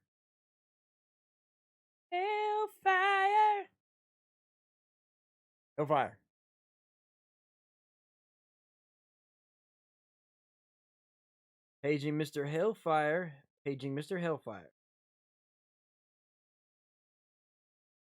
Okay, well, I have no Hellfire answering me. So he needs to hurry up and answer me because I need to know if he's streaming. So, crickets, exactly. That one didn't seem to play through. So, how many of y'all want to continue this video on, these 20 videos? Because there's a lot of videos to go through. I have like literally 25 videos to go through. So next Monday we're gonna do the talking to cryptids, and instead of doing an alien video, I've got all these ghost videos that I want to go through, and then we're gonna go back to the alien videos. But I've got a lot of ghost videos that I do want to go through. So if y'all don't mind, next Monday I'll do a long run of ghost videos. But yeah, I'm trying to get Hellfire to answer me, but I don't know if he's gonna ever answer. Hellfire, can you hear me? I can hear you. I'm taking care of something. I'll be right back. Are you streaming tonight? I am streaming tonight. What time? 9 o'clock. Okay. So there we go. So you do what you got to do. So anyway, I'm gonna go ahead and I've got time to play one more video. Okay, so we're gonna go to the other video. We're gonna get past this bullshit one of the Irish lady or the English lady. I'm not sure which nationality she is, but go ahead and switch back. We're gonna fast forward this.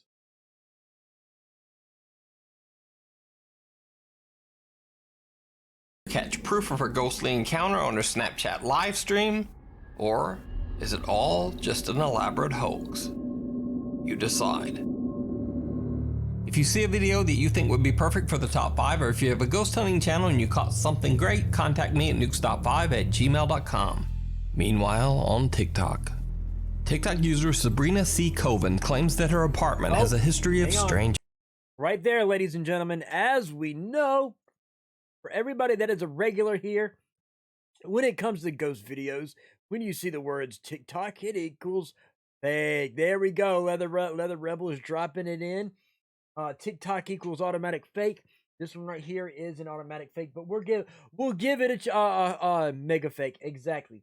We're gonna give it a comical chance just to see just how fake it is. Occurrences Doors open and close on their own, and drawers slide open when no one is around. Then one night, Sabrina captures something absolutely shocking on her CCTV camera.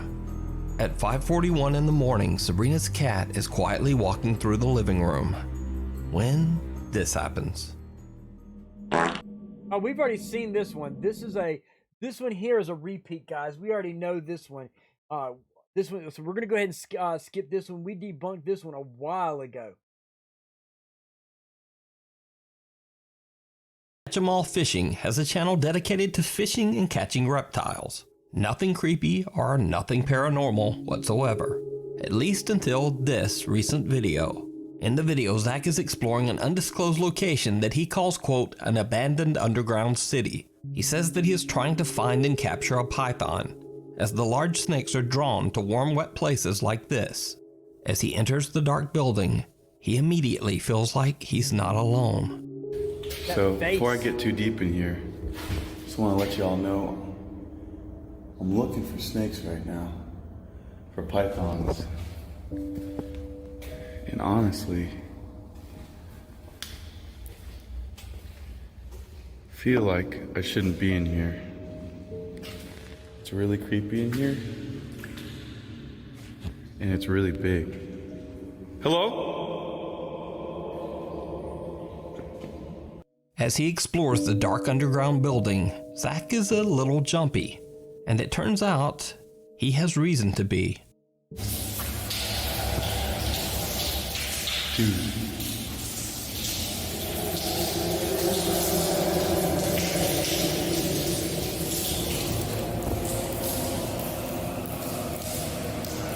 What? Oh, hell no. Hell no. Zach hears strange moans coming from somewhere down the winding underground hallways. He decides to hide, thinking there might be someone else in there with him. Someone up to no good. Someone up to no good. Wish me luck, guys. I gotta shut off my light. I don't know what's going on.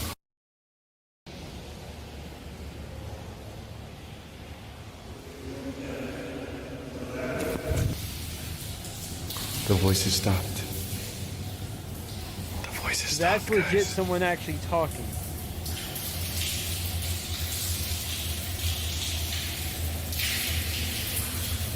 What the? Eventually, the voices stop, and Zach decides to make a break for it, leaving the underground tunnel system behind. But later, when Zach reviews his footage, he realizes that he caught something absolutely terrifying in one of his camera shots. Here we go, ladies and gentlemen, here we go. It's leaking outside from somewhere.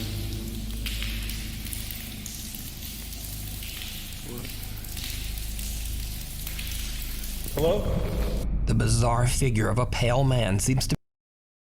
Okay, so right there, the bizarre figure of a pale man. First of all, for pale, that's like you can see that it's a person dressed up just standing there, because as you see here, he's got boots on and a sweater or something over there. Can't that be old fluorescent light fixture? What I'm looking at is a real person, because you can see the arm right here, an arm right here. You can see right here, he's wearing a headlamp, and that is a modern headlamp with a toboggan that he's got on right there. And he's got boots on here. Wow, they didn't even try very hard. No, they didn't. It's because he's moving really, really, really quick. He's not pale, LOL. Right, he's just in the shadow, so it looks pale. But yeah, let me pull it back just a hair, and we're going to slow it down. Do the Onyx Demon slow speed. How did I do that?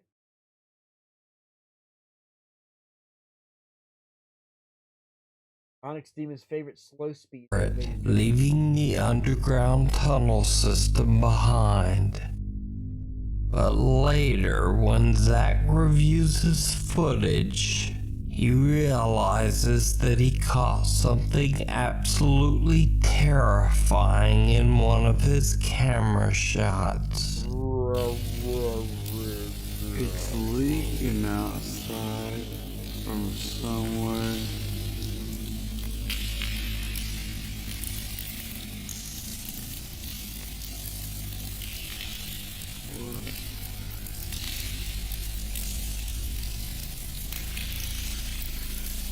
Hello?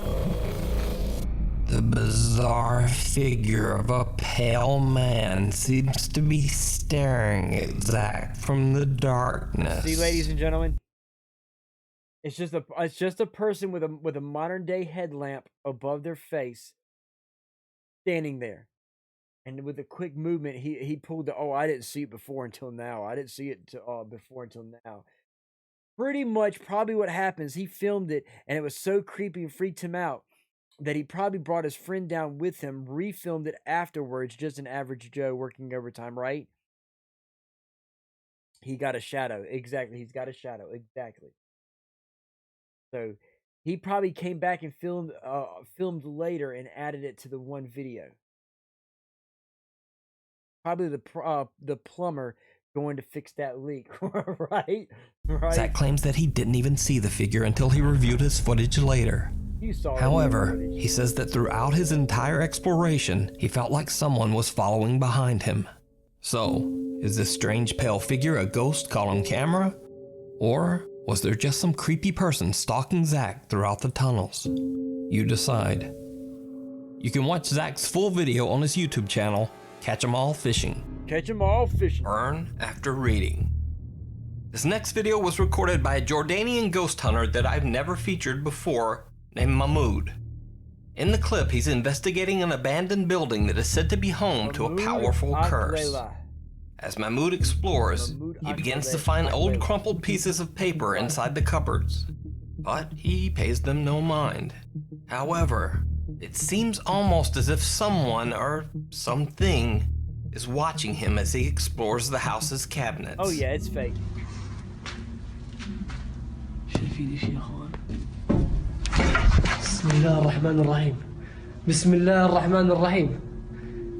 And when he checks his footage later, he finds that there might have been yet another paper on a higher cabinet shelf that he couldn't reach.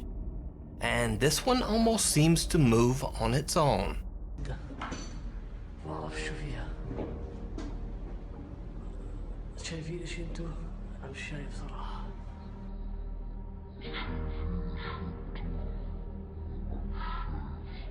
Okay, so the paper moving. And then this is where things become. Okay, so the paper moving could have been as simple as a ant or a roach or it could be a mouse dragging it slowly. It could be a number of things. Become truly bizarre. Mahmoud finds a bright red paper inside one cabinet and decides to see what it is. بسم الله الرحمن الرحيم شو هذا؟ انسان يا اخوان بسم الله الرحمن الرحيم خلينا نفتحه كثير يصير بسم الله الرحمن الرحيم بسم الله الرحمن الرحيم بسم الله أعوذ بالله من الشيطان الرجيم أعوذ بالله من الشيطان الرجيم الرحمن الرحيم أعوذ بالله من الشيطان الرجيم والله ما بضل ولا دقيقة من دخلت. As he lays down the paper to examine it, the very floor beneath him seems to burst into flame. He makes a quick run for it. Later, when Mahmoud examines the strange paper that he found inside the house, he finds a series of strange symbols in an odd, indecipherable language. So did Mahmoud find an actual curse scribbled on pieces of paper spread throughout the house? Or is it just an elaborate hoax? Real creepy Mahmoud, get a life.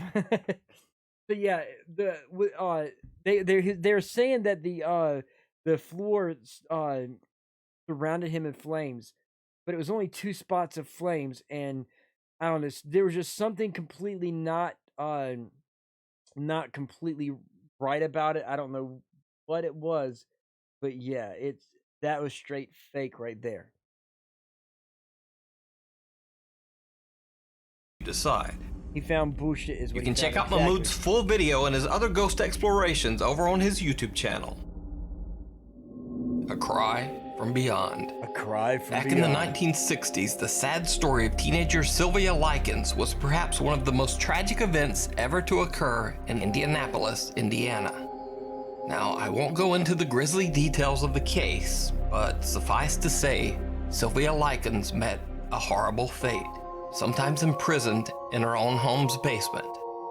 Sylvia finally lost her life, and the house remains abandoned.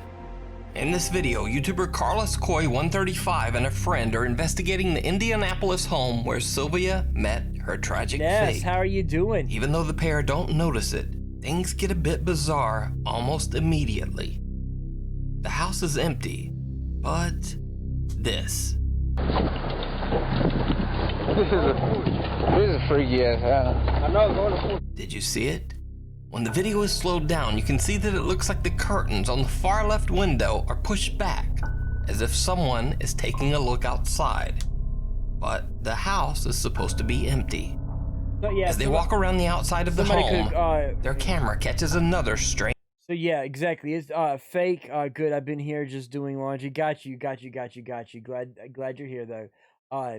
So anybody could have snuck into the house and could be looking out. Here's my thing. Somebody's probably sneaking in the house, probably living in there because it's abandoned, and they see somebody walking around the house, so they're looking out the window to see who there. So it could be slightly legit. They're like, oh, someone's in there, something's in there, blah blah blah blah blah. Yeah, probably some homeless guy has snuck in, found a way to sneak into the house. Squatters, exactly. So it's slightly legit, but slightly fake at the same time. Let's see what else they catch. Strange anomaly.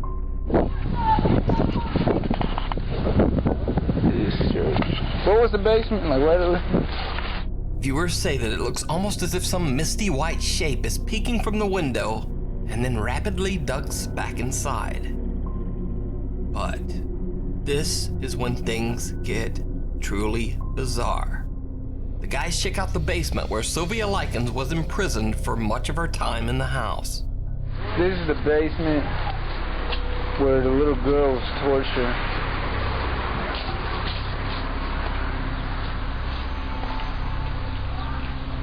Dude, come here.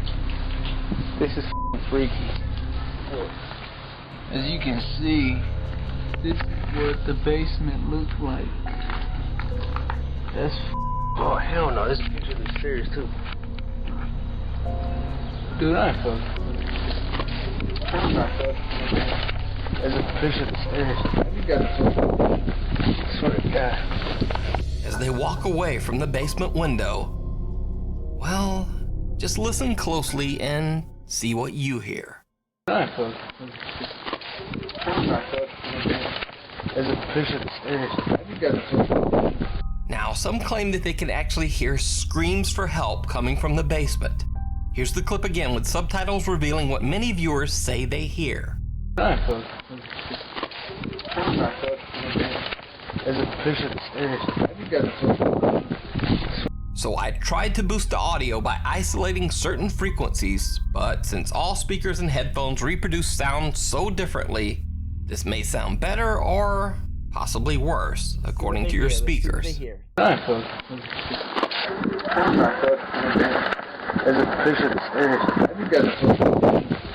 See, I hear it. I hear the audio, but I can't tell if it's someone down the street yelling that and it's far away. It doesn't sound like it's coming from where they're at. It sounds like it's coming from down the road. Hell Monkey, like me, you're really good at EVPs. Take a listen to the audio. Does it not sound like the audio is coming from far away versus from near them? For much of her time in the house. This is the basement where the little girl was tortured. Gotta go. Today's stream was awesome. Have a good night. Take it easy, Leather Rebel. Take it easy. Dude, come here. This is freaky. Now listen. Okay, so if you listen before they go in, you can hear somebody down the distance. Here, watch. Let me back it up. Just as they walk up to that area, you can hear somebody talking from off of a distance. Listen. Catches another strange anomaly. See, there's people yelling outside already. What was the basement like? Where? Viewers say that it looks almost as if some misty white shape is peeking from the window and then rapidly ducks back inside. See, you heard someone yelling outside somewhere, way before they go, and you're gonna hear keep hearing the voices as they're walking to it. But this is when things get truly bizarre. The guys check out the basement where Sylvia Likens was imprisoned for much of her time in the house. This is the basement where the little girl was tortured.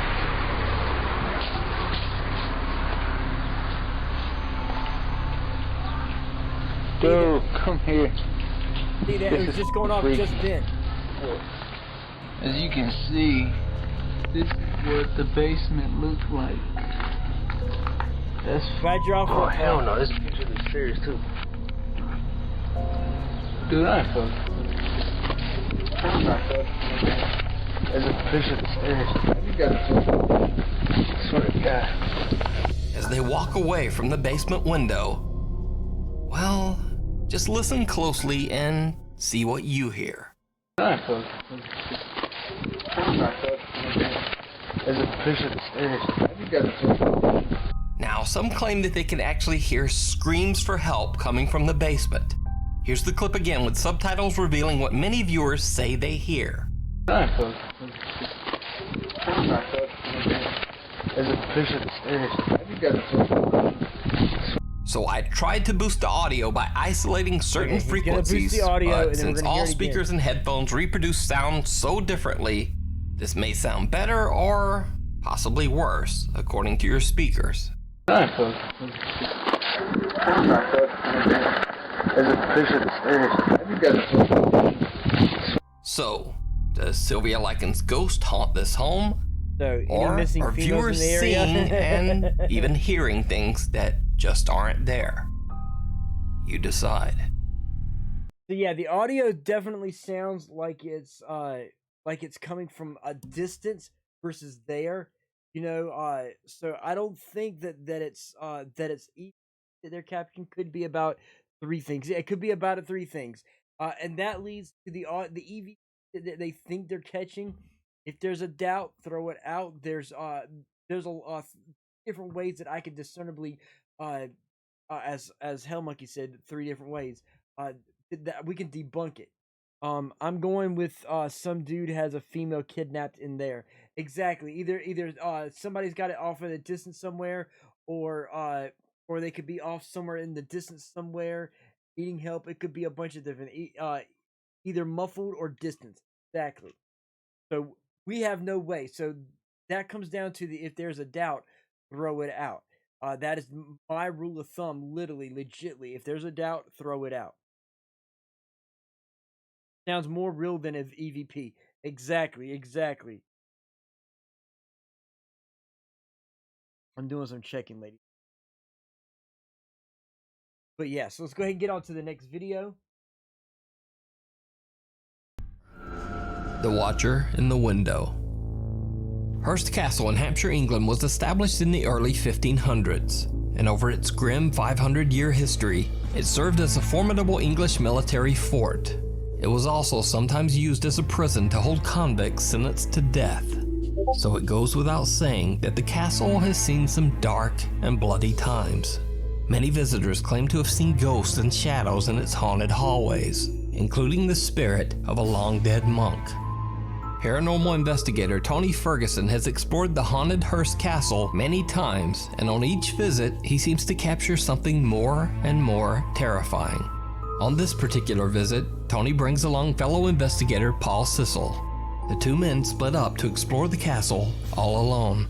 But for Paul Sissel, it didn't go well. Okay, this one here, guys, I've actually already shown this one as well. This is a repeat. I hate when they get to be in repeat, you know, because I don't know. It's just like when you show them, because this guy here, he stands there and he's there, and then all of a sudden he gets rageful because he's possessed by something. So yeah, this one's actually a repeat. So with that said, it's 3:14. It's already almost 15 minutes past my my time for me to get out of here, because I know pretty much of y'all are waiting to go. So Hellfire is live. So I'm going to go ahead and switch over to Hellfire. Make sure we Paul Lemass. Exactly, Paul Lemass. There we go, Paul Lemass. Lemas. There you go, Lemos, Paul Lemos. Now, I got a bunch of you guys here. Please stay with me for at least 5 minutes. As I always ask you, don't leave till after 5 minutes of the stream. Get those extra time shard points in there, because very soon, sometime tonight, I'm releasing the dares. You're gonna want to get those extra points for those dares. There's a lot of great dares coming to you guys.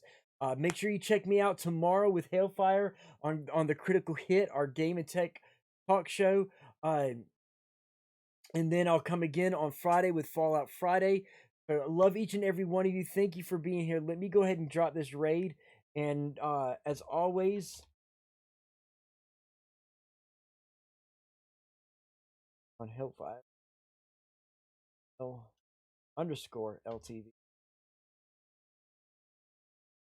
As always, love each and every one of you. Thank you for being here. Thank you for letting me educate you guys. Thank for those of you who have participated and gave off some knowledge and discussion. Thank you for the discussion. Hogo, Demon, Tabitha, Hell Monkey, Hellfire, Leather Rebel, Eon Rock and Rolla, Jeff is Lone Wolf. Mad props to you, Jeff. Love that I have you as a mod. You are awesome. Every single one of y'all. I'll thank you all of y'all later, Retro. Thank you. Yeah, definitely. As always, once again, hashtag raid, hashtag retroactive. Let's show Hellfire some serious Stream Demon love. So thank you, good stream. I appreciate it. I got more coming for you guys. A lot of great stuff in the future. So thank you for being here. New Year's coming up. New retroactive is coming. I'm working on everything. I'm gonna have everything ready for the new year. New year, new retro, guys. Hashtag raid, hashtag retroactive, and if you're a Stream Demon, hashtag Stream Demon. Let's do this.